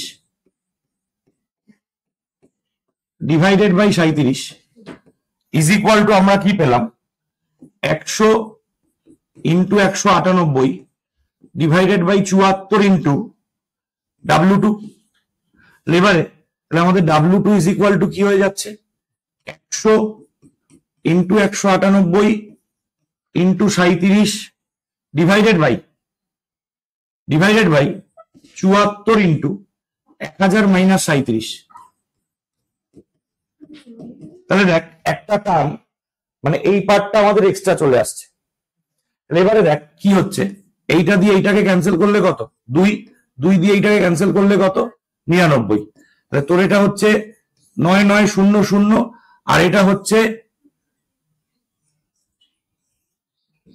963, তাই তো 963। এবার তাহলে এই যে 9900 ডিভাইডেড বাই 963, এবার তুই আগে এটা কি করছিলি, আগে এটাকে ভাগ করছিলি 1000 দিয়ে, তাই জন্য ওটা কত আসছিল 9.9 আসছিল। এবার এখানে তো ডিনোমিনেটর কমে গেছে, তাহলে অটোমেটিক্যালি ভ্যালুটা বেশি আসবে। এক্সাক্ট ভ্যালুটা আমি বলে দিচ্ছি কত আসছে,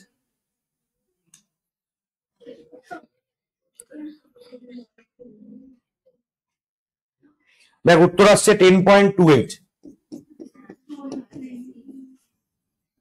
ওই নেগলেক্ট করা ছিল বলে ওটা ক্যালকুলেশন সহজ হয়েছিল, বাট ভ্যালুটা একটু কম এসেছিল, বাট কাছাকাছি দেখে করা যায়। বাট যখন দেখবি যে একেবারেই মিলছে না, উত্তর জায়গায় আসছে না, লাইনের বাইরে, তখন আর ওই অ্যাপ্রক্সিমেশনে যাবি না, তখন সঠিক পদ্ধতিটাই অ্যাপ্লাই করবি, এটাই উপায়। নেক্সট, এবারে তারপরে আবার একটা প্রশ্ন বলেছে যে একটা অনুদ্বায়ী তড়িৎ অবিশ্লেষ্য দ্রাবের 6 গ্রামকে 150 গ্রামে ডিজলভ করা হয়েছে। এই যে নেগলেক্ট করার যে ঝামেলা, এই নেগলেক্ট করার ঝামেলাটা এড়ানোর জন্যই রিডিউস ফর্মটা সুবিধাজনক, কিছু নেগলেক্ট করতে হয় না, সব মিলিয়েই ওখানে করা আছে। কিন্তু যখনই তোকে রিলেটিভ লোয়ারিং অফ ভেপার প্রেসারটা ডাইরেক্ট বলে দিচ্ছে, তখন তুই ওই জায়গায় গিয়ে আবার বসাতে পারছিস না, এই হয়ে যাচ্ছে তোর প্রবলেম। ওখানে গিয়ে ওটা বসাতে গেলেই ঝামেলা হয়ে যাবে, এদিক ওদিক হয়ে যাবে, এক্সট্রা প্রেসার চলে আসবে। তো সেই জন্য দেখ, এবার বলছে 6 গ্রামকে 150 গ্রামে ডিজলভ করা হয়েছে, বাষ্পচাপ হয়েছে 216.6 টন। যদি বিশুদ্ধ ইথানলের বাষ্পচাপ এত হয় তাহলে আণবিক ভর কত? এটা তুই রিডিউস ফর্মে করতে পারিস। কি কি ইনফরমেশন দিয়েছে? আচ্ছা, টর নিয়ে মাথা ব্যথার কিছু নেই, মাথা ব্যথা তখনই করবি যদি একটা টর একটা এটিএম থাকে। যদি সব টর থাকে, সব এটিএম থাকে, সব এমএমএইচজি থাকে, কিছু তোর অসুবিধার ব্যাপার নেই, তুই তো মাইনাস করবি, ভাগ করবি। কারণ এখানে তুই তো দুটো প্রেসারের অনুপাত বার করছিস, P10 minus P divided by P10। তো দুজনের যদি প্রেসার একই থাকে ওটা কেটে যাবে, তো প্রেসার ইউনিটটা ইমেটেরিয়াল। শুধু যদি দুটো প্রেসার আলাদা ইউনিটে দেওয়া থাকে তখন তোকে মাথা ব্যথা করতে হবে, আদারওয়াইজ তোর মাথা ব্যথা করার কোনো জায়গাই নেই। এবার তোর এখানে কি কি ইনফরমেশন আছে? P10টা কত? 219.9। পিটা কত? 216.6। আচ্ছা, W1 কত বলেছে? 150 গ্রাম। W2 কত বলেছে? 6 গ্রাম। আচ্ছা, সলভেন্টটা আমাদের কি? ইথানল। ইথানল মানে একটু আগে বললাম 46। M2টা আমাদের ক্যালকুলেট করতে হবে। এখানে আমরা রিডিউস ফর্ম ব্যবহার করব, কোনো ঝামেলাই নেই। রিডিউস ফর্ম কি ছিল? P divided by P10 minus P is equal to কত ছিল? W1 M1, নো যাই হোক না বাবা, এইগুলোই ভুল হবে, আমারও হতে পারে। এইগুলো ভুল হলেই কিন্তু গেল, তুই পরীক্ষার সময় মাথা চুলকেও বার করতে পারবি না যে কেন উত্তর আসছে না। কারণ তোর মাথায় কখনো আসবেই না যে আমি ফর্মুলাটা হয়তো W1 এর জায়গায় W2 লিখেছি। সলিউশনের অঙ্কে এইটাই হচ্ছে মানে ঝামেলা একটা, আদারওয়াইজ কিছু ঝামেলা নেই।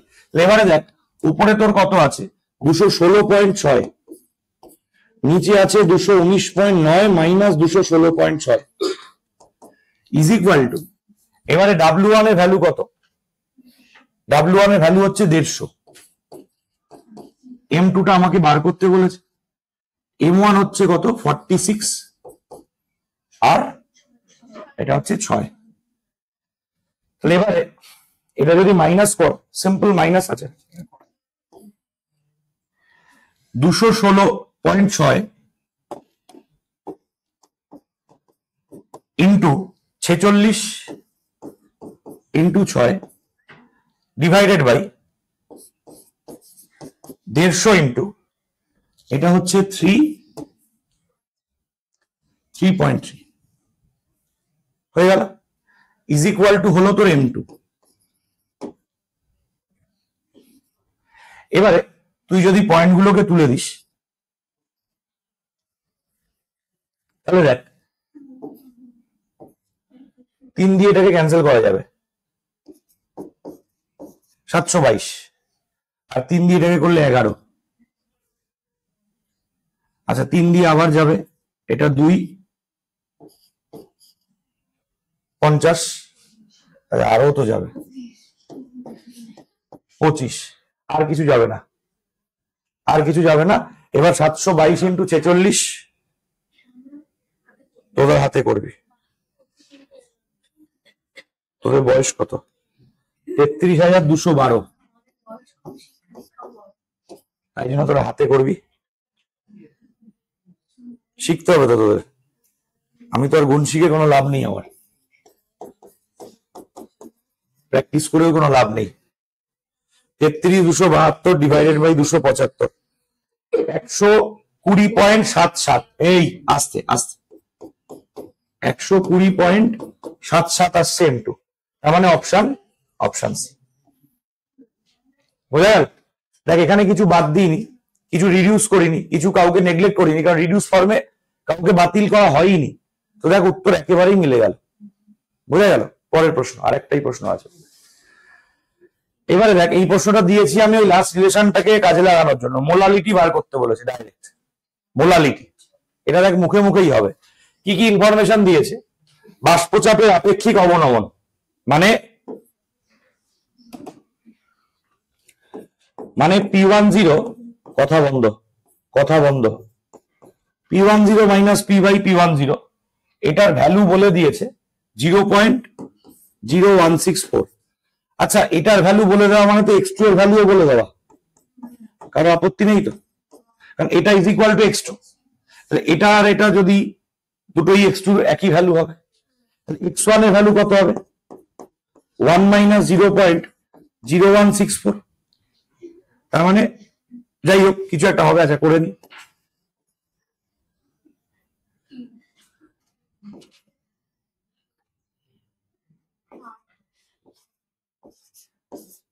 (0.9836), ঠিক আছে?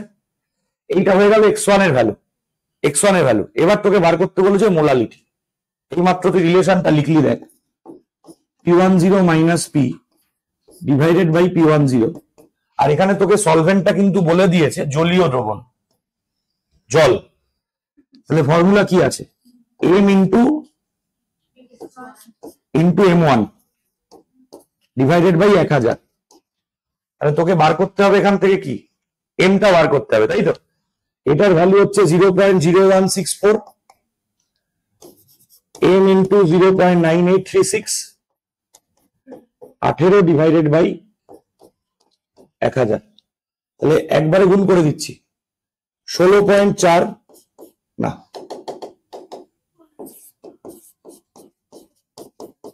Into 1000 divided by 18 into 0.9836 is equal to M। এটা করলে হবে 0.9836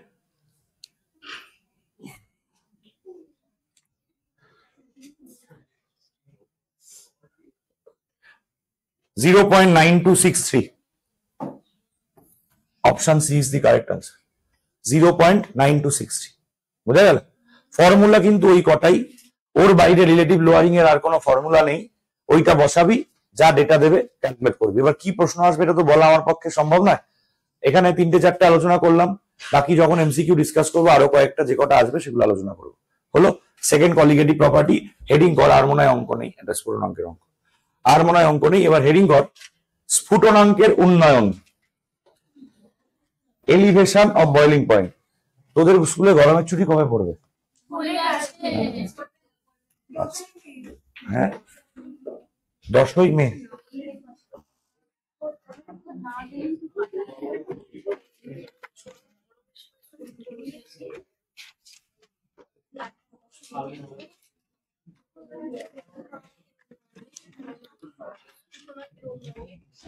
elevation of boiling point, elevation of boiling point. এই কথা বন্ধ। Elevation of boiling point. আচ্ছা, স্ফুটনাঙ্ক কাকে বলে? স্ফুটনাঙ্ক কাকে বলে? স্ফুটনাঙ্কের ডেফিনেশন আছে যে নির্দিষ্ট চাপে যে উষ্ণতায় কোন একটা তরলের সামগ্রিক অংশ থেকে ফুটে বাষ্পে পরিণত হওয়ার প্রক্রিয়া শুরু হয় তাকে আমরা বলি হচ্ছে ওই তরলের স্ফুটনাঙ্ক। এবার তবে একটা কথা, একটা খুব জরুরি লাইন আমি বলে দিচ্ছি, মনে রাখার চেষ্টা করবি। স্ফুটনাঙ্ক যখন কোন একটা তরলের যে স্ফুটনাঙ্ক, তার মানে তো নির্দিষ্ট উষ্ণতা।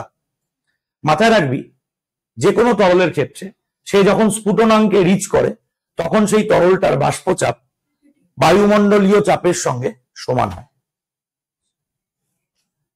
বায়ুমণ্ডলীয় চাপের সঙ্গে যখনই তার বাষ্পচাপ সমান হবে তখনই কিন্তু তরলটা ফুটতে শুরু করবে।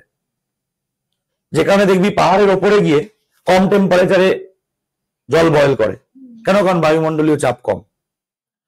বায়ুমণ্ডলীয় চাপ পরিবর্তনের সঙ্গে সঙ্গে প্রেসার কুকারের ভেতরে 120 ডিগ্রিতে জল বয়েল করে, তার কারণ সে ভেতরে বায়ুমণ্ডলীয় চাপ নেই, ভেতরে যে আর্টিফিশিয়াল প্রেসার সেটা বায়ুমণ্ডলীয় চাপের থেকে অনেক বেশি।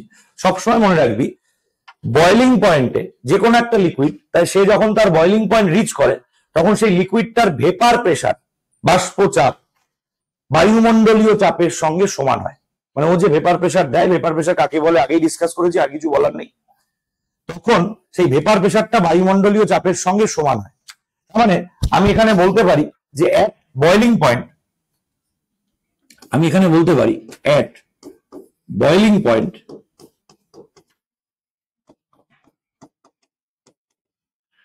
vapor pressure of a liquid becomes similar with the atmospheric pressure.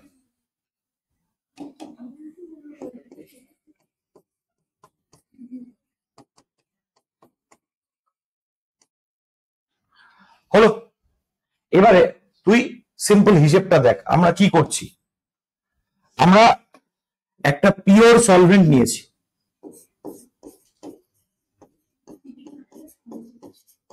যার ভেপার প্রেসার হচ্ছে P10। পিওর সলভেন্ট নিয়েছি যার ভেপার প্রেসার হচ্ছে P10। এবার যখনই পিওর সলভেন্ট নিলাম, এই পিওর সলভেন্ট নেওয়ার পর আমি তার মধ্যে অ্যাড করেছি কি? সলিড। এবং যে সলিড অ্যাড করেছি তার চরিত্র কি? Solid, non volatile. যতবার বইতে পড়বি, যদি পড়িস, দেখবি বারবার এই কথাগুলো লেখা আছে। নন ইলেকট্রোলাইট, তারপরে ভুল করবি নন অ্যাসোসিয়েটিভ। তাহলে এতগুলো পয়েন্টের মধ্যে একটু কথা বন্ধ করলে ভালো হয়। এতগুলো পয়েন্টের মধ্যে জরুরি পয়েন্ট হচ্ছে নন ভোলাটাইল। তাহলে ভালো করে দেখ, যখনই আমি একটা পিওর সলভেন্ট যার ভেপার প্রেসার ছিল P1, ঠিক আছে, এবার ভেপার প্রেসার P1 এবং আমি ধরে নিচ্ছি ও বায়ুমণ্ডলীয় চাপের সঙ্গে সেম আছে, তার মানে ওর স্ফুটনাঙ্কে আছে। এবার আমি কি করলাম, ওর মধ্যে solid, non volatile, non associative, non electrolyte solid add করে দিলাম। ভেপার প্রেসার কমে গেল। এতক্ষণ সলিউশনের ভেপার প্রেসার আর বায়ুমণ্ডলীয় চাপ সমান ছিল, এখন সলিউশনের ভেপার প্রেসার কমে গেল। তার মানে এতক্ষণ যখন ও পিওর কন্ডিশনে ছিল তখন ওর যে ভেপার প্রেসার সেটা বায়ুমণ্ডলীয় চাপের সঙ্গে সমান ছিল, তার মানে ও স্ফুটনাঙ্কে ছিল। এবার যেই আমি ওর মধ্যে solid, non volatile, non associative, non electrolyte solid add করে দিলাম, তখন কি হলো, এটা হচ্ছে ওর ভেপার প্রেসার, এটা হচ্ছে বায়ুমণ্ডলীয় চাপ। এখন ওর ভেপার প্রেসারটা কমে গেছে। তাহলে এখন কি ও আর ফুটবে? এখন তো আর ফুটবে না। এখন ওকে কি করতে হবে? স্ফুটনাঙ্ক বাড়াতে হবে, টেম্পারেচার বাড়াতে হবে, তবে গিয়ে ফুটতে শুরু করবে। তাহলে দেখ ধর আমি একটা এখানে সিম্পল গ্রাফ যদি ড্র করি, কিরকম,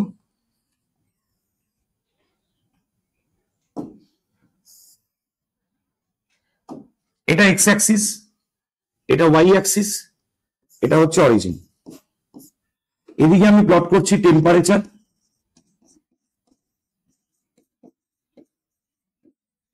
এদিকে আমি প্লট করছি ভেপার প্রেসার।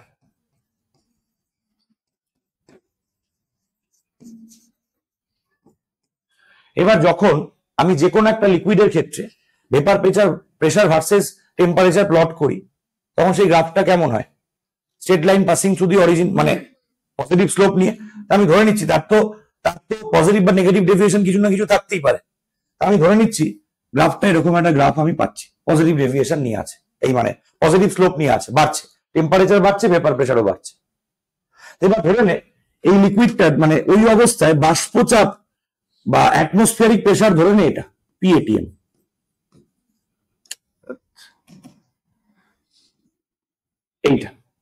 এইটা হচ্ছে ভেপার প্রেসার, সরি এটা হচ্ছে অ্যাটমসফিয়ারিক প্রেসার, মানে পরিবেশের চাপ, পারিপার্শ্বিকের চাপ।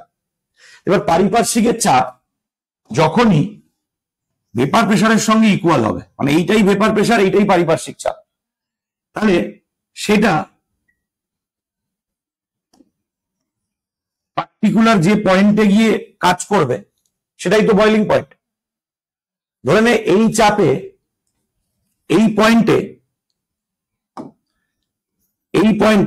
Vapour pressure is equal two atmospheric pressure. তার মানে এই পয়েন্টের করেসপন্ডিং ও টাচ করছে কার্ভটাকে এই পয়েন্টে, সেটাকে আমি যখন ড্রপ করাচ্ছি তখন ও টাচ করছে এই পয়েন্টে। তার মানে এই যে টেম্পারেচারটা আমি পাচ্ছি এইটাই ওর বয়লিং পয়েন্ট। বয়লিং পয়েন্ট মানে এটা আমরা কি, এটা আমাদের কি, এটা হচ্ছে boiling point of pure solvent. মানে এখন আমি ওর মধ্যে কিছু মেশাইনি। এটা কার ক্ষেত্রে আমি বলছি, এই লাইনটা কার ক্ষেত্রে আমি এঁকেছি? পিওর সলভেন্টের ক্ষেত্রে এঁকেছি।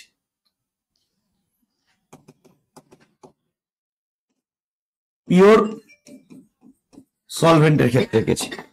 এবার আমি কি করলাম, ওই পিওর সলভেন্টটার মধ্যে solid, non volatile, non associative, non electrolyte solid add করে দিলাম। তাহলে ওর ভেপার প্রেসার কমে গেল, কিন্তু টেম্পারেচারের সঙ্গে তো ভেপার প্রেসার রিলেশন একই থাকবে, টেম্পারেচার বাড়লে বাড়বে। তো ভেপার প্রেসার কমে গিয়ে দেখা গেল কার্ভটা এখন চলে এসছে এই জায়গায়, ভেপার প্রেসার কমে এসছে। এবার একে যদি ফুটতে হয় তাহলে তোকে এই প্রেসারের সঙ্গেই সমান হতে হবে। ও যখনই ওই প্রেসারের সঙ্গে সমান হতে চাইবে, তখন ওকে এই জায়গায় এসে টাচ করাতে হবে। আর এই জায়গায় এসে টাচ করানো মানে ও এসে ড্রপ করবে কোথায়? এই পয়েন্টে। তাহলে এখন দেখ, এখন উষ্ণতাটা কোথায় পেল? এখানে পেল। তো এখন ওর বয়লিং পয়েন্ট কোনটা হয়ে গেল? এইটা হয়ে গেল বয়লিং পয়েন্ট, যেটাকে আমি TB ড্যাশ দিয়ে বলছি। আগে ছিল বয়লিং পয়েন্ট এটা, এখন বেড়ে হয়ে গেল এটা। বয়লিং পয়েন্ট কমলো না বাড়লো? ভেপার প্রেসার কমলে বয়লিং পয়েন্ট বাড়বেই। এখানে তুই আচ্ছা পরে লিখে দেবো, ভেপার প্রেসার কমলে বয়লিং পয়েন্ট বাড়বেই। তাহলে এবার যে পার্থক্যটা হলো, যে ইনক্রিজটা হলো, সেই ইনক্রিজ কোনটা? সেই ইনক্রিজ তো হচ্ছে এইটা। এইটা কি? এটা হচ্ছে আমাদের ডেল টিবি, এবং del TB is equal to আমি কি বলতে পারছি? TB dash minus TB। এই যে আমরা স্ফুটনাঙ্কটা পেলাম, পরে যে স্ফুটনাঙ্কটা পেলাম, এটা কার স্ফুটনাঙ্ক? কার? Boiling point of solute. এবং বয়লিং পয়েন্ট বাড়লো কতটা? এইটুকু, বয়লিং পয়েন্ট অফ সলিউশন। তাহলে বয়লিং পয়েন্ট বাড়লো কতটা? এতটা। তাহলে এই যে ইনক্রিজ হলো, এইটাকেই আমরা বলি হচ্ছে এলিভেশন অফ বয়লিং পয়েন্ট। তার মানে আবার আমি কথা রিপিট করি, ধর একটা পিওর সলভেন্টের মধ্যে যখনই আমরা solid, non volatile, non associative, non electrolyte solute add করি, তখন যেটা হয় সেটা হচ্ছে পিওর সলভেন্টটার ভেপার প্রেশার ডিক্রিজ করে, তখন সলিউশনে কনভার্ট হয়ে যায়, ভেপার প্রেশার ডিক্রিজ করে। আর ভেপার প্রেশার ডিক্রিজ করার সঙ্গে সঙ্গে কি হয়, বয়লিং পয়েন্ট বেড়ে যায়। কতটা বাড়ে? এইটুকু বাড়ে। এবং যেটুকু বয়লিং পয়েন্ট বাড়লো সেটাই হলো এলিভেশন অফ বয়লিং পয়েন্ট বা স্ফুটনাঙ্কের উন্নয়ন। তার এক্সপ্লেনেশন আমি কি বললাম, যে যখন ও পিওর সলভেন্ট ছিল তখন ওর ভেপার প্রেশার লাইন ছিল এই হোয়াইট লাইনটা। এবার এবং এই অবস্থায় এই চাপে, এই নির্দিষ্ট চাপে ওর যে স্ফুটনাঙ্ক সেটা ছিল এই টিভি, মানে এইটা। এবার আমি কি করলাম, ওর মধ্যে অ্যাড করে দিলাম solid, non volatile, non electrolyte solid, মানে এটা হচ্ছে সলিউশনের জন্য। তখন এই একই চাপ এই লাইনটাকে যদি আমি বাড়াই, দেখা যাচ্ছে এই লাইনটা গিয়ে টাচ করছে কোথায়, এই পয়েন্টে। এবং এই পয়েন্টটাকে যদি টেম্পারেচার অ্যাক্সিসে ড্রপ করাই, তখন দেখা যাচ্ছে টেম্পারেচার অ্যাক্সিসে কাট করছে কোন পয়েন্ট, এই পয়েন্ট। এখন বয়লিং পয়েন্ট কতটা হলো, এতটা হলো। ছিল বয়লিং পয়েন্ট কোনটা, এইটা। বেড়ে হলো কোনটা, এইটা। বাড়লো কতটা, এটা। এটাকেই আমরা বলি হচ্ছে এলিভেশন অফ বয়লিং। এবং সবসময় এখানে একটা ইনফরমেশন আমি বলে রাখছি, এটা মনে রাখবি, যে ভেপার প্রেশার যদি কমে তাহলে বয়লিং পয়েন্ট কিন্তু বাড়বে। ভেপার প্রেশার কমলে বয়লিং পয়েন্ট বাড়বে। কোন একটা সলিউশনে যদি ভেপার প্রেশার কমে যায় তাহলে বয়লিং পয়েন্ট কিন্তু বাড়বে। বেশি উষ্ণতায় তখন বয়েল করতে হবে অ্যাটমসফেরিক প্রেশারের সঙ্গে সমান করার জন্য। বোঝা গেল? লেখ।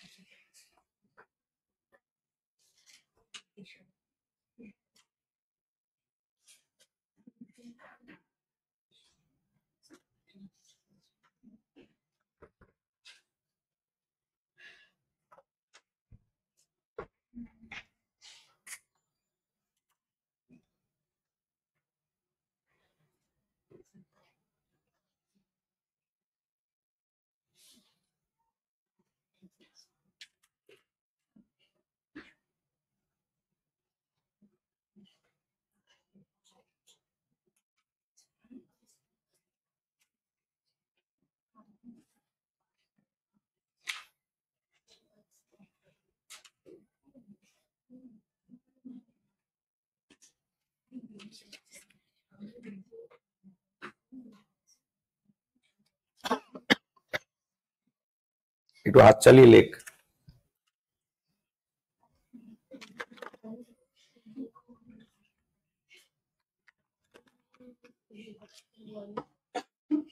হ্যাঁ, ও তো সলিউশনের বয়লিং পয়েন্ট, যেটা বেড়ে গেল। আর বাড়লো হচ্ছে ওই গ্যাপটা, দুটো দাগের মাঝখানটা।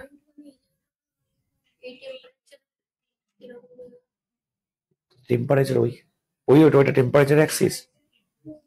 টেম্পারেচার কোন অ্যাক্সিসে আছে? ওই বিন্দুটা। তো ওই বিন্দু মানেই তো এইটা। আমি বলছি বয়লিং পয়েন্ট এটার এখানটায় ছিল আগে, হ্যাঁ এইটুকু ছিল, এখন হয়ে গেল এইটা। পুরো লেন্থটাকে বয়লিং পয়েন্ট তা এই অ্যাক্সিসেই তো টেম্পারেচার রয়েছে, টেম্পারেচার বয়লিং পয়েন্ট মানে তো টেম্পারেচার। ও মানে এখানকার স্থানাঙ্ক, স্থানাঙ্ক মানেই তো তুই ওইটুকু ধরলি, স্থানাঙ্ক পেলি কোথা থেকে?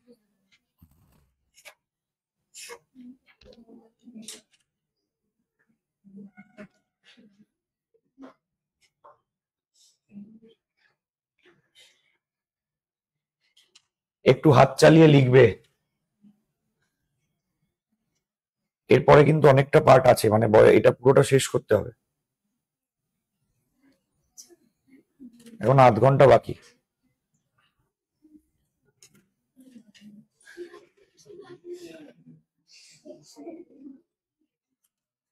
আজকে নয় তোদের স্কুলে নয় ক্লাস আছে, আর বাকি যে কিছু ছেলে মেয়ে দেখছি আসেনি, ওরা কি বৃষ্টিতে ভেসে গেল?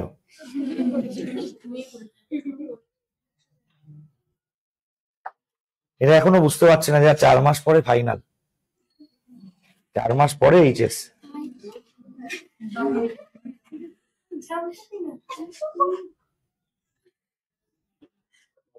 আসলে নাম্বার প্রচুর পেয়ে যাচ্ছে তো সেমিস্টার সিস্টেমে, এই সিস্টেমেও সেটাই বলছি, এই সিস্টেমেও যারা 80 কনফার্ম পাচ্ছে তারা অপদার্থ, আর কিছু বলার নেই। আমি তো দেখছি যে কেউ কেউ আছে যারা বাংলা ইংরেজিতেও কম পেয়েছে, ল্যাঙ্গুয়েজ গুলোতেও কম পায় কি করে লোকজন?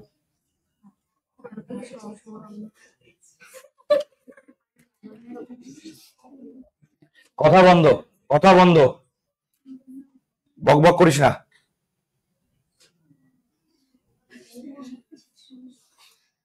আচ্ছা তাহলে দেখ, আমি একবার একটু পুরো বিষয়টা আরেকবার বলি, মন দিয়ে শুনে নে পরের পার্টে যাওয়ার আগে। তাহলে বয়লিং পয়েন্ট কি?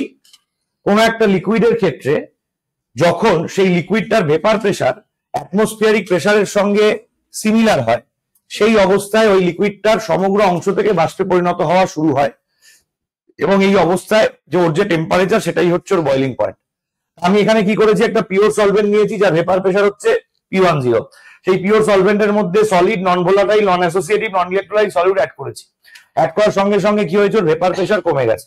ভেপার প্রেসার কমে গেলে বয়লিং পয়েন্ট বাড়ার কথা, তো অটোমেটিক্যালি বয়লিং পয়েন্ট বেড়েছে, এবং যে বৃদ্ধিটা হয়েছে বয়লিং পয়েন্টের, যে ইনক্রিমেন্টটা হয়েছে, সেটাই হচ্ছে কিন্তু আমাদের এলিভেশন অফ বয়লিং পয়েন্ট বা স্ফুটনাঙ্কের উন্নয়ন। এখানে আমরা একটা গ্রাফ বুঝিয়েছিলাম, যে হোয়াইট লাইন দিয়ে যে লাইনটাকে আমরা ড্র করে না, হোয়াইট দিয়ে যেটাকে রিপ্রেজেন্ট করছি সেটা হচ্ছে একটা পিওর সলভেন্টের লাইন, বিশুদ্ধ দ্রাবক। এবার বিশুদ্ধ দ্রাবকের ক্ষেত্রে এই নির্দিষ্ট চাপ, মানে এখানে একটা নির্দিষ্ট চাপ বলা আছে, এই নির্দিষ্ট চাপের বয়লিং পয়েন্ট ছিল হচ্ছে টিবি। এবার কি করা হলো, এই পিওর সলভেন্টের মধ্যে solid, non volatile, non associative, non electrolyte solid add করা হলো। তাহলে ভেপার প্রেসার কমে গেল, ভেপার প্রেসার কমে গিয়ে এখন এই সবুজ লাইনটা দিয়ে ভেপার প্রেসারটা রিপ্রেজেন্টেড হচ্ছে। তাহলে আমাকে তো এই প্রেসারের সঙ্গে ভেপার প্রেসারকে সমান হতে হবে। এই প্রেসারটাকে যখন আমি টেনে ভেপার প্রেসার লাইনে নিয়ে আসলাম, তখন দেখা গেল ভেপার প্রেসার লাইনটাকেও কোন বিন্দুতে কাট করছে, এই বিন্দুতে কাট করছে। এবার এই বিন্দুটাকে যখন আমি আবার টেম্পারেচার অ্যাক্সিসে ড্রপ করালাম, তখন দেখা গেল এখন টেম্পারেচার কতটা পাওয়া যাচ্ছে, এইটা।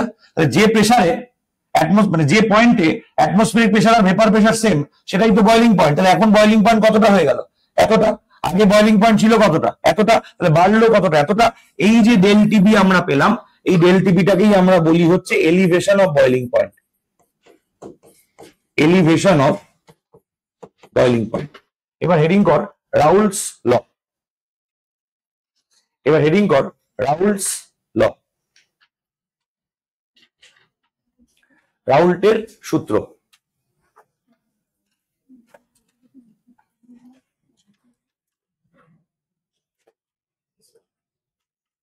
পাল্টালাম, পাল্টালাম। দেখ রাউল্টের সূত্র কি বলছে, নির্দিষ্ট কোন একটি বিশুদ্ধ দ্রাবকে, কোন একটি বিশুদ্ধ দ্রাবকে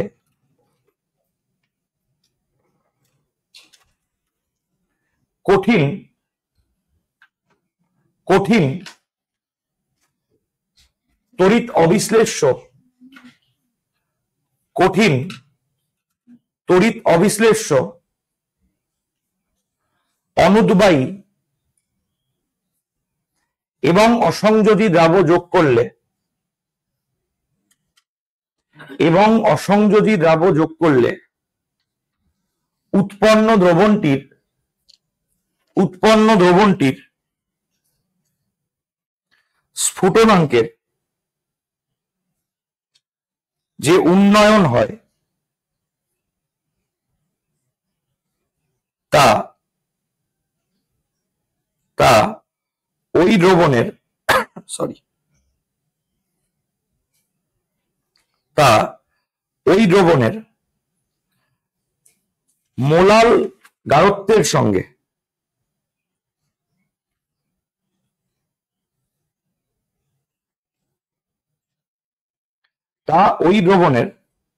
মোলাল গারত্বের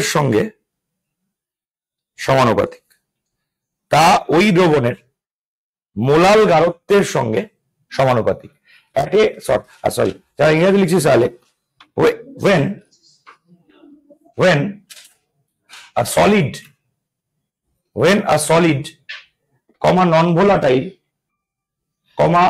non-associative and non-electrolyte solute is added to the pure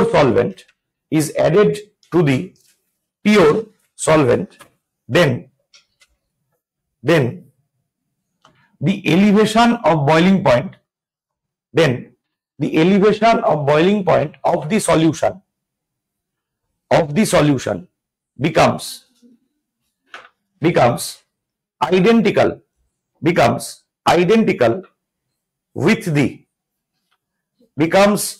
identical with the molar concentration of the solution or molality of the solution.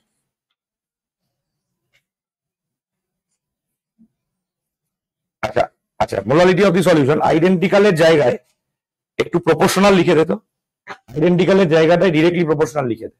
Becomes directly proportional with the molal concentration or molality of the solution. বোর্ডের দিকে তাহলে দেখ, কোন একটা সলিউশনের ক্ষেত্রে elevation of boiling point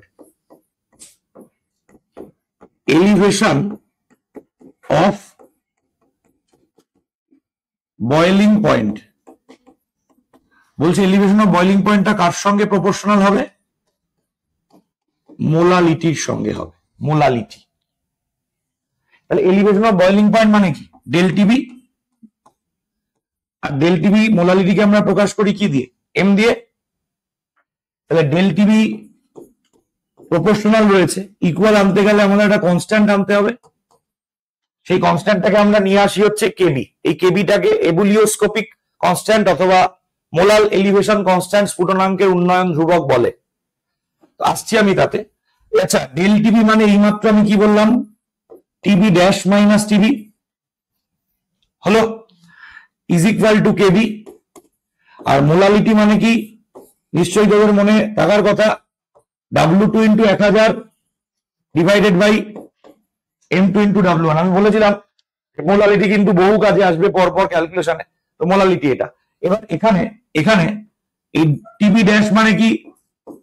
TB dash মানে boiling point, BP মানে ব্লাড প্রেশার কিন্তু নয়, আবার বয়লিং পয়েন্ট অফ সলিউশন। আচ্ছা, টিবি মানে হচ্ছে boiling point of pure solvent. এবং এখানে কোনো রিডিউস ফর্মের গল্প নেই বা রিডিউস ফর্মের কোনো জায়গা নেই। এইটার উপর বেস করেই আমরা কিন্তু আমাদের যাবতীয় ক্যালকুলেশন গুলো করব regarding elevation of boiling point. এটাই হচ্ছে রাউল্টের সূত্রের ম্যাথামেটিক্যাল ফর্ম। রাউল্টের সূত্রের ম্যাথামেটিক্যাল ফর্ম কি বলছে? Elevation of boiling point proportional to molality, মানে del TB proportional to molality and so on. এবং এখান থেকে এই যে কেবি, এই কেবিটাকে আমরা বলি হচ্ছে মোলাল এলিভেশন কনস্ট্যান্ট। পরে আমি এটার ডেফিনেশনে আসছি। মোলাল এলিভেশন কনস্ট্যান্ট অথবা স্ফুটনাঙ্কের উন্নয়ন ধ্রুবক।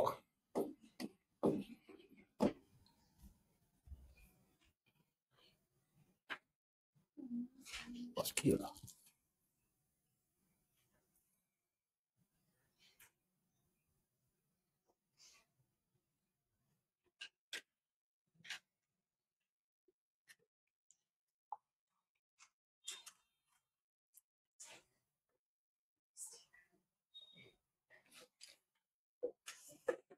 হয়েছে?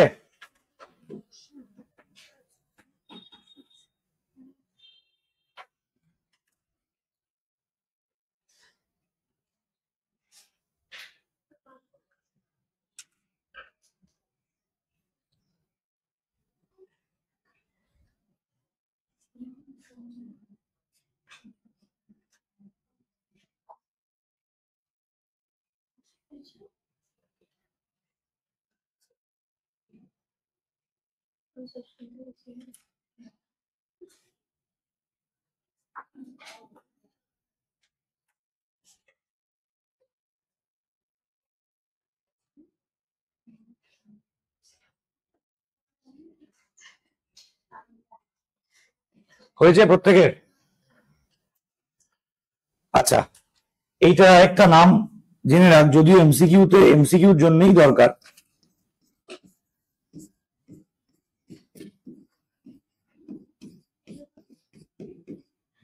ইবুলিওস্কোপিক কনস্ট্যান্ট।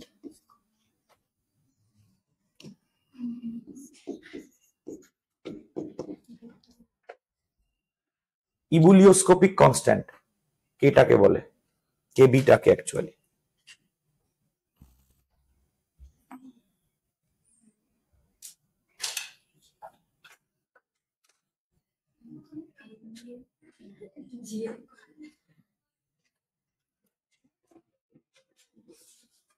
এই যে এত যে ওটা পেনটা যে ঝাড়ছিস, হ্যাট করে যদি এক গাদা কালি ওর জামায় লাগে,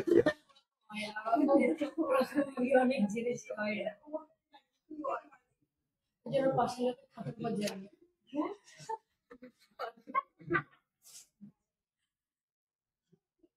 লেখা আছে। এবার হেডিং করবি ডেফিনেশন অফ কেবি। এবার কেবির ডেফিনেশন আগে করে নি, সব ঝামেলা মিটিয়ে নি, তারপরে। আচ্ছা, এই অঙ্ক করার ক্ষেত্রে, এদের অঙ্ক করার ক্ষেত্রে আমার একটা সাজেশন আছে। সাজেশন হচ্ছে, তুমি টিবি ড্যাশ টিবি এর যা খুশি ইউনিট ব্যবহার করো, আমার কোনো অসুবিধা নেই, কিন্তু ডেল টিবি এর ইউনিট চেঞ্জ করবে না। Never change the unit of del TB.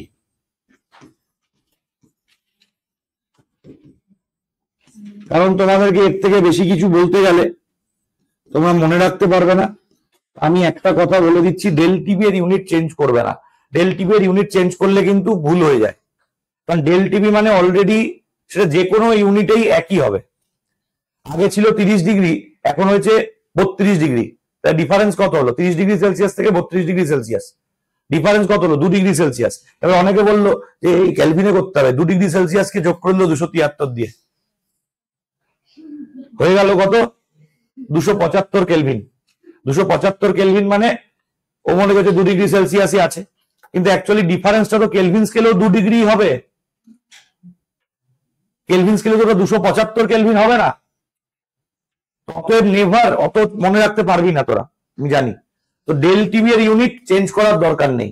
তোর দরকার হলে তুই টিবি এর ইউনিট 50 বার চেঞ্জ কর, টিবি ড্যাশ বারবার চেঞ্জ কর, ভালো লাগছে এখন চেঞ্জ করবি, কিন্তু ডেল টিবি এর ইউনিট চেঞ্জ করবি না, ঠিক আছে? ডেল টিবি এর ইউনিট চেঞ্জ করলে কিন্তু ভুল হবে। আমি একটা বলি যে 2-3 বছর আগের কথা বা তারও একটু আগের কথা, লকডাউনের পর বা ওই সময়কার কথা, ব্যাকপুর গার্লসের একটা ব্যাচ ছিল, ওদেরকে আমি বারবার করে বলেছিলাম যে ডেল টিভির ইউনিট কিন্তু চেঞ্জ করবি না।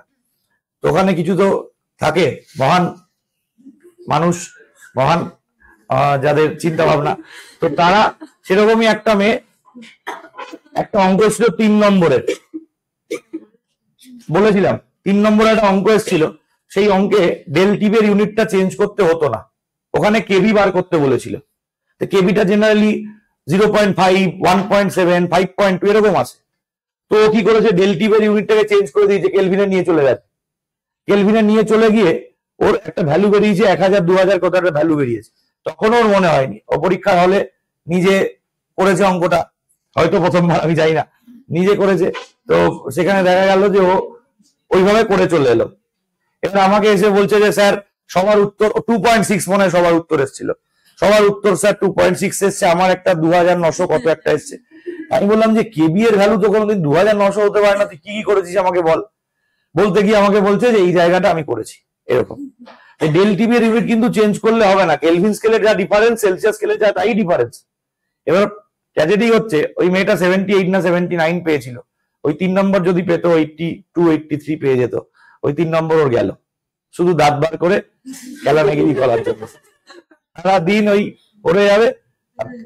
যে কথাগুলো বলা হয় সেই কথাগুলো মনে রাখবে না। সঠিক পুরো ঠিক করেছে অঙ্কটা, শুধু ভুল করেছে এই জায়গায়, ক্যালকুলেশনও ভুল করেনি। ওটাকে কেলভিনে নিয়ে গেলে বড় উত্তরই আসবে, বড় উত্তর এসছে। ধরে নে তোর ডেল টিভিটা 2 রাখার কথা, সেই জায়গায় তুই ডেল টিভি যদি 275 রাখিস, তোর উত্তর তো বড় আসবেই। তো সেটাই এসছে। এবার ওই জন্য বলছি আশেপাশের কথা তুই মনে রাখতে পারবি না, যে কেলভিন স্কেলে সেলসিয়াস স্কেলে ডিফারেন্স একই হয়, পাল্টানোর দরকার নেই, কেবি এর ভ্যালু এত বড় আসতে পারে না, এত তুই মনে রাখতে পারবি না। তুই একটা জিনিস মনে রাখ, ডেল টিভি এর ইউনিট কোনদিন চেঞ্জ করবি না, যাই থাক। বোঝা গেল? নেক্সট। তাহলে আমরা এইমাত্র যে এক্সপ্রেশনটা পেলাম সেটা কি? Del TB is equal to কি? KB into M. এখানে যদি মোলালিটি সমান সমান 1 হয়, তাহলে del TB is equal to কি? Del TB is equal to আমরা কি পাচ্ছি? কেবি। আচ্ছা, মোলালিটি 1 মানে কি? মোলালিটি 1 মানে কি? মোলালিটি ডেফিনেশন কি? 1000 গ্রামে যত মোল দ্রবীভূত করা আছে সেটাই তো মোলালিটি। মোলালিটি 1 মানে কি? মোলালিটি 1 মিনস 1000 গ্রাম solvent contains 1 mole solute, তাই তো? মোলালিটি 1টাকে এক্সপ্যান্ড করলে, সম্প্রসারিত করলে এটাই তো দাঁড়ায়। তাহলে এবার কেবি এর ডেফিনেশন কি? কেবি এর ডেফিনেশন বলছে যে মোলালিটি 1 হলে যেটা উন্নয়ন হবে সেটাই হচ্ছে কেবি। ক্লিয়ার? মোলালিটি যদি 1 হয়, then whatever the elevation, that is the KB. তাহলে বলছে যে 1000 গ্রাম কোন একটা সলভেন্টের মধ্যে যদি আমি 1 মোল কোন একটা সলিউট অ্যাড করি, তাহলে ওই সলিউশনটার যে স্ফুটনাঙ্কের উন্নয়ন হবে, ওই সলিউশনটার যে বয়লিং পয়েন্টে এলিভেশন হবে, সেটাই হচ্ছে আমার কেবি। অর্থাৎ 1 মোলাল সলিউশনের স্ফুটনাঙ্কের উন্নয়নই হচ্ছে কেবি। এই জন্য কেবিকে বলে মোলাল উন্নয়ন ধ্রুবক বা মোলাল এলিভেশন কনস্ট্যান্ট, মানে প্রতি মোলাল দ্রবণের জন্য। তার মানে মোলালের কেবি এর ডেফিনেশন কি? 1000 গ্রাম সলভেন্টের মধ্যে 1 মোল সলিউট ডিজলভ করলে উৎপন্ন দ্রবণের স্ফুটনাঙ্কের যে উন্নয়ন হবে সেটাই হচ্ছে কেবি বা ইবুলিওস্কোপিক কনস্ট্যান্ট অথবা মোলাল উন্নয়ন ধ্রুবক। বোঝা গেল? লেখ, পরে এটা লিখবি, আগে ওটা লেখ। 1000 গ্রাম কোন একটি বিশুদ্ধ দ্রাবকে 1000 গ্রাম, দুজনের মধ্যে একজনের হেডিংটা লিখিস, ডেফিনেশন অফ কেবি বলেছি। হ্যাঁ হ্যাঁ হ্যাঁ, 1000 গ্রাম কোন একটি বিশুদ্ধ দ্রাবকে 1 মোল পরিমাণ দ্রবীভূত করলে 1 মোল পরিমাণ দ্রবীভূত করলে উৎপন্ন দ্রবণের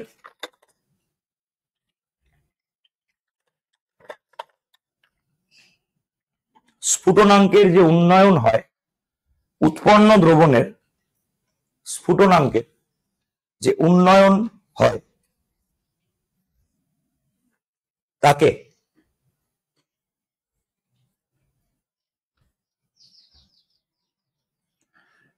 উৎপন্ন দ্রবণের স্ফুটনাঙ্কের যে উন্নয়ন হয় তাকে ওই দ্রবণের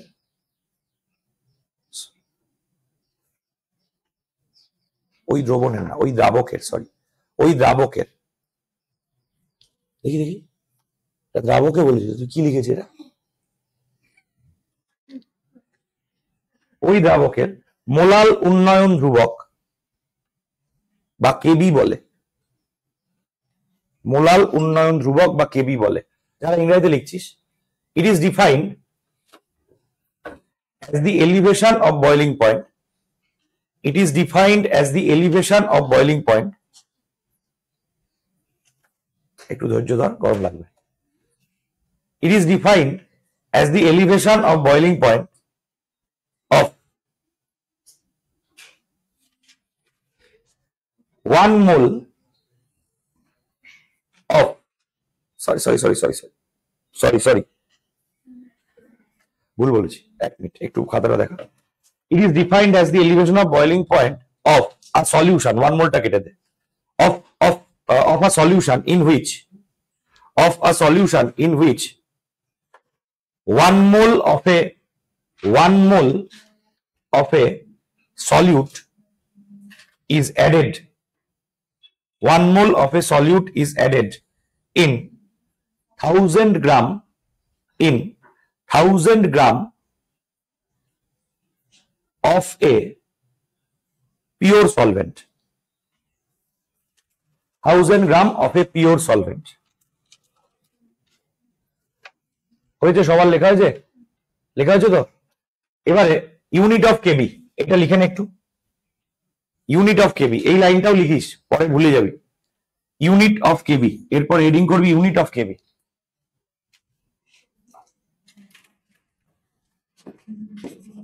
ইউনিট, দেখ কেবি ইজ ইকুয়াল টু কি? Del TB divided by M. বল অনিশ, বল। ভালোই তো হাসছিস। মোলালিটির ইউনিট কি?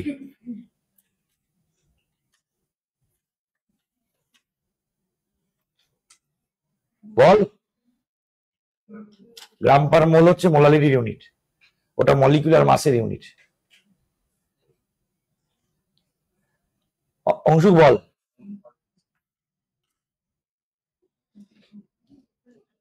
মোলালিটির ইউনিট হচ্ছে মোল পার কেজি। ডেল টিভি তুই ডিগ্রি সেলসিয়াসেও করতে পারিস, কেলভিনেও করতে পারিস। ডেল টিভিটা তুই যে স্কেলে রাখবি সে স্কেল। ধরে না আমি এটাকে কেলভিনে রাখছি, আর নিচে হয়ে যাচ্ছে মোল কেজি ইনভার্স, তাহলে ইউনিট কত হলো? কেলভিন, কেজিটা উপরে উঠে গেল, মোল ইনভার্স। এবার তোর মনে হলো যে না আমি টেম্পারেচারটাকে ডিগ্রি সেলসিয়াসে রাখবো, তো অসুবিধার কিছু নেই, রাখতেই পারিস, তোর ইচ্ছে। Degree Celsius, KG, mole inverse, যে কোনো একটা ইউনিট হতে পারে।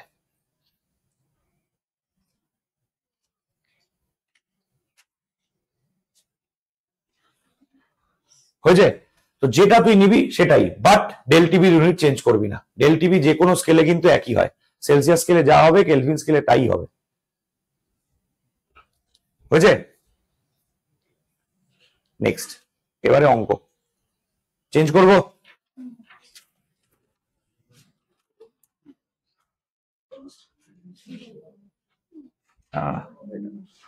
এইটা আচ্ছা, অঙ্কগুলো এরকম কঠিন কঠিন অঙ্ক চলে এসেছিল। ওকে, এই অঙ্কটা দেখ, বলছে 50 গ্রাম সিসিএল করে 1.08 গ্রাম অ্যাড্রেনালিন দ্রবীভূত করে প্রাপ্ত দ্রবণের স্ফুটনাঙ্কের উন্নয়ন হয় এত। যদি সিসিএল 4 কেবি এর মান 5.0 কেলভিন কেজি মোল ইনভার্স হয়, তাহলে অ্যাড্রেনালিনের আণব ভর কত? এইখানে দেখ, এই অঙ্কটা দেওয়ার উদ্দেশ্য আমার ওটাই ছিল, যে ঘটনাটা বললাম। এখানে কেবি এর ইউনিটে রয়েছে কেলভিন, আর ডেল টিবি এর ইউনিটে রয়েছে ডিগ্রি সেলসিয়াস। অনেক মহানুভব ব্যক্তিত্ব আছে যারা এই দুটোকে দেখে বলবে যে আমি ওটাকে কেলভিনে নেবই, কারণ এটা কেলভিনে আছে। তো এটা কেলভিনে নিলেও 0.59ই থাকবে, এটাকে 273 দিয়ে প্লাস করার দরকার নেই। তো ডেল টিবির কি ইউনিট আছে তুই দেখিস না, ভুলে যা। ধরে না ডেল টিবির ইউনিট নেই, ধরে তুই ক্যালকুলেট কর, বেশি চিন্তা ভাবনা করার দরকার নেই। ডেল টিবির ইউনিট পাল্টাবি না, ঠিক আছে? এবারে দেখ কি কি ইনফরমেশন রয়েছে। W1 রয়েছে 50 গ্রাম, রেকর্ডিং চলছে। W2 বলছে 1.08 গ্রাম। আচ্ছা, ডেল টিবি বলে দিয়েছে 0.59 গ্রাম, সরি 0.59 ডিগ্রি সেলসিয়াস। কেবি বলে দিয়েছে 5.0 কেলভিন, কেজি, মোল ইনভার্স যাই থাক চেঞ্জ করার দরকার নেই। আবারও বলছি M2 ক্যালকুলেট করতে বলেছে, তাহলে ফর্মুলা কি মনে আছে? W2 into 1000 divided by M2 into W1। Time out হয়ে গেছে তো, মাথা কাজ করছে না। 0.59। আচ্ছা, কেবি এর ভ্যালু হচ্ছে 5। এই পড়ানোর জন্য যতটা না আমার গলায় অসুবিধা হয়, এই ছাগলের দল তাড়ানোর জন্য আমার আরো বেশি হয়। 50 ইন্টু M2। এবার এখান থেকে সিম্পলি এইটা ক্যান্সেল করে দিই। আচ্ছা, 5 5 ক্যান্সেল করে দিই, এইটা উঠিয়ে দিলে এখানে একটা 100 আসবে, 100 100 ক্যান্সেল করে দিই। তাহলে M2 ইজ ইকুয়াল টু কত হচ্ছে? 108 ডিভাইডেড বাই 0.59। তো এটাকে তুলে দিলে এখানে একটা 100, এটা দিয়ে এটাকে করলে 2, তাহলে উত্তর কত হচ্ছে? 200।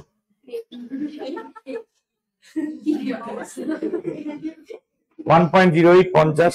বই দেখতে হবে। হ্যাঁ, ও আচ্ছা আচ্ছা, 108 আছে তো, কাটবে না তো, সরি, আমি 118 ভাবছি। এক minute, sorry. 108 into 100 divided by 59। 59 দিয়ে 108 কে কাটা যাবে না।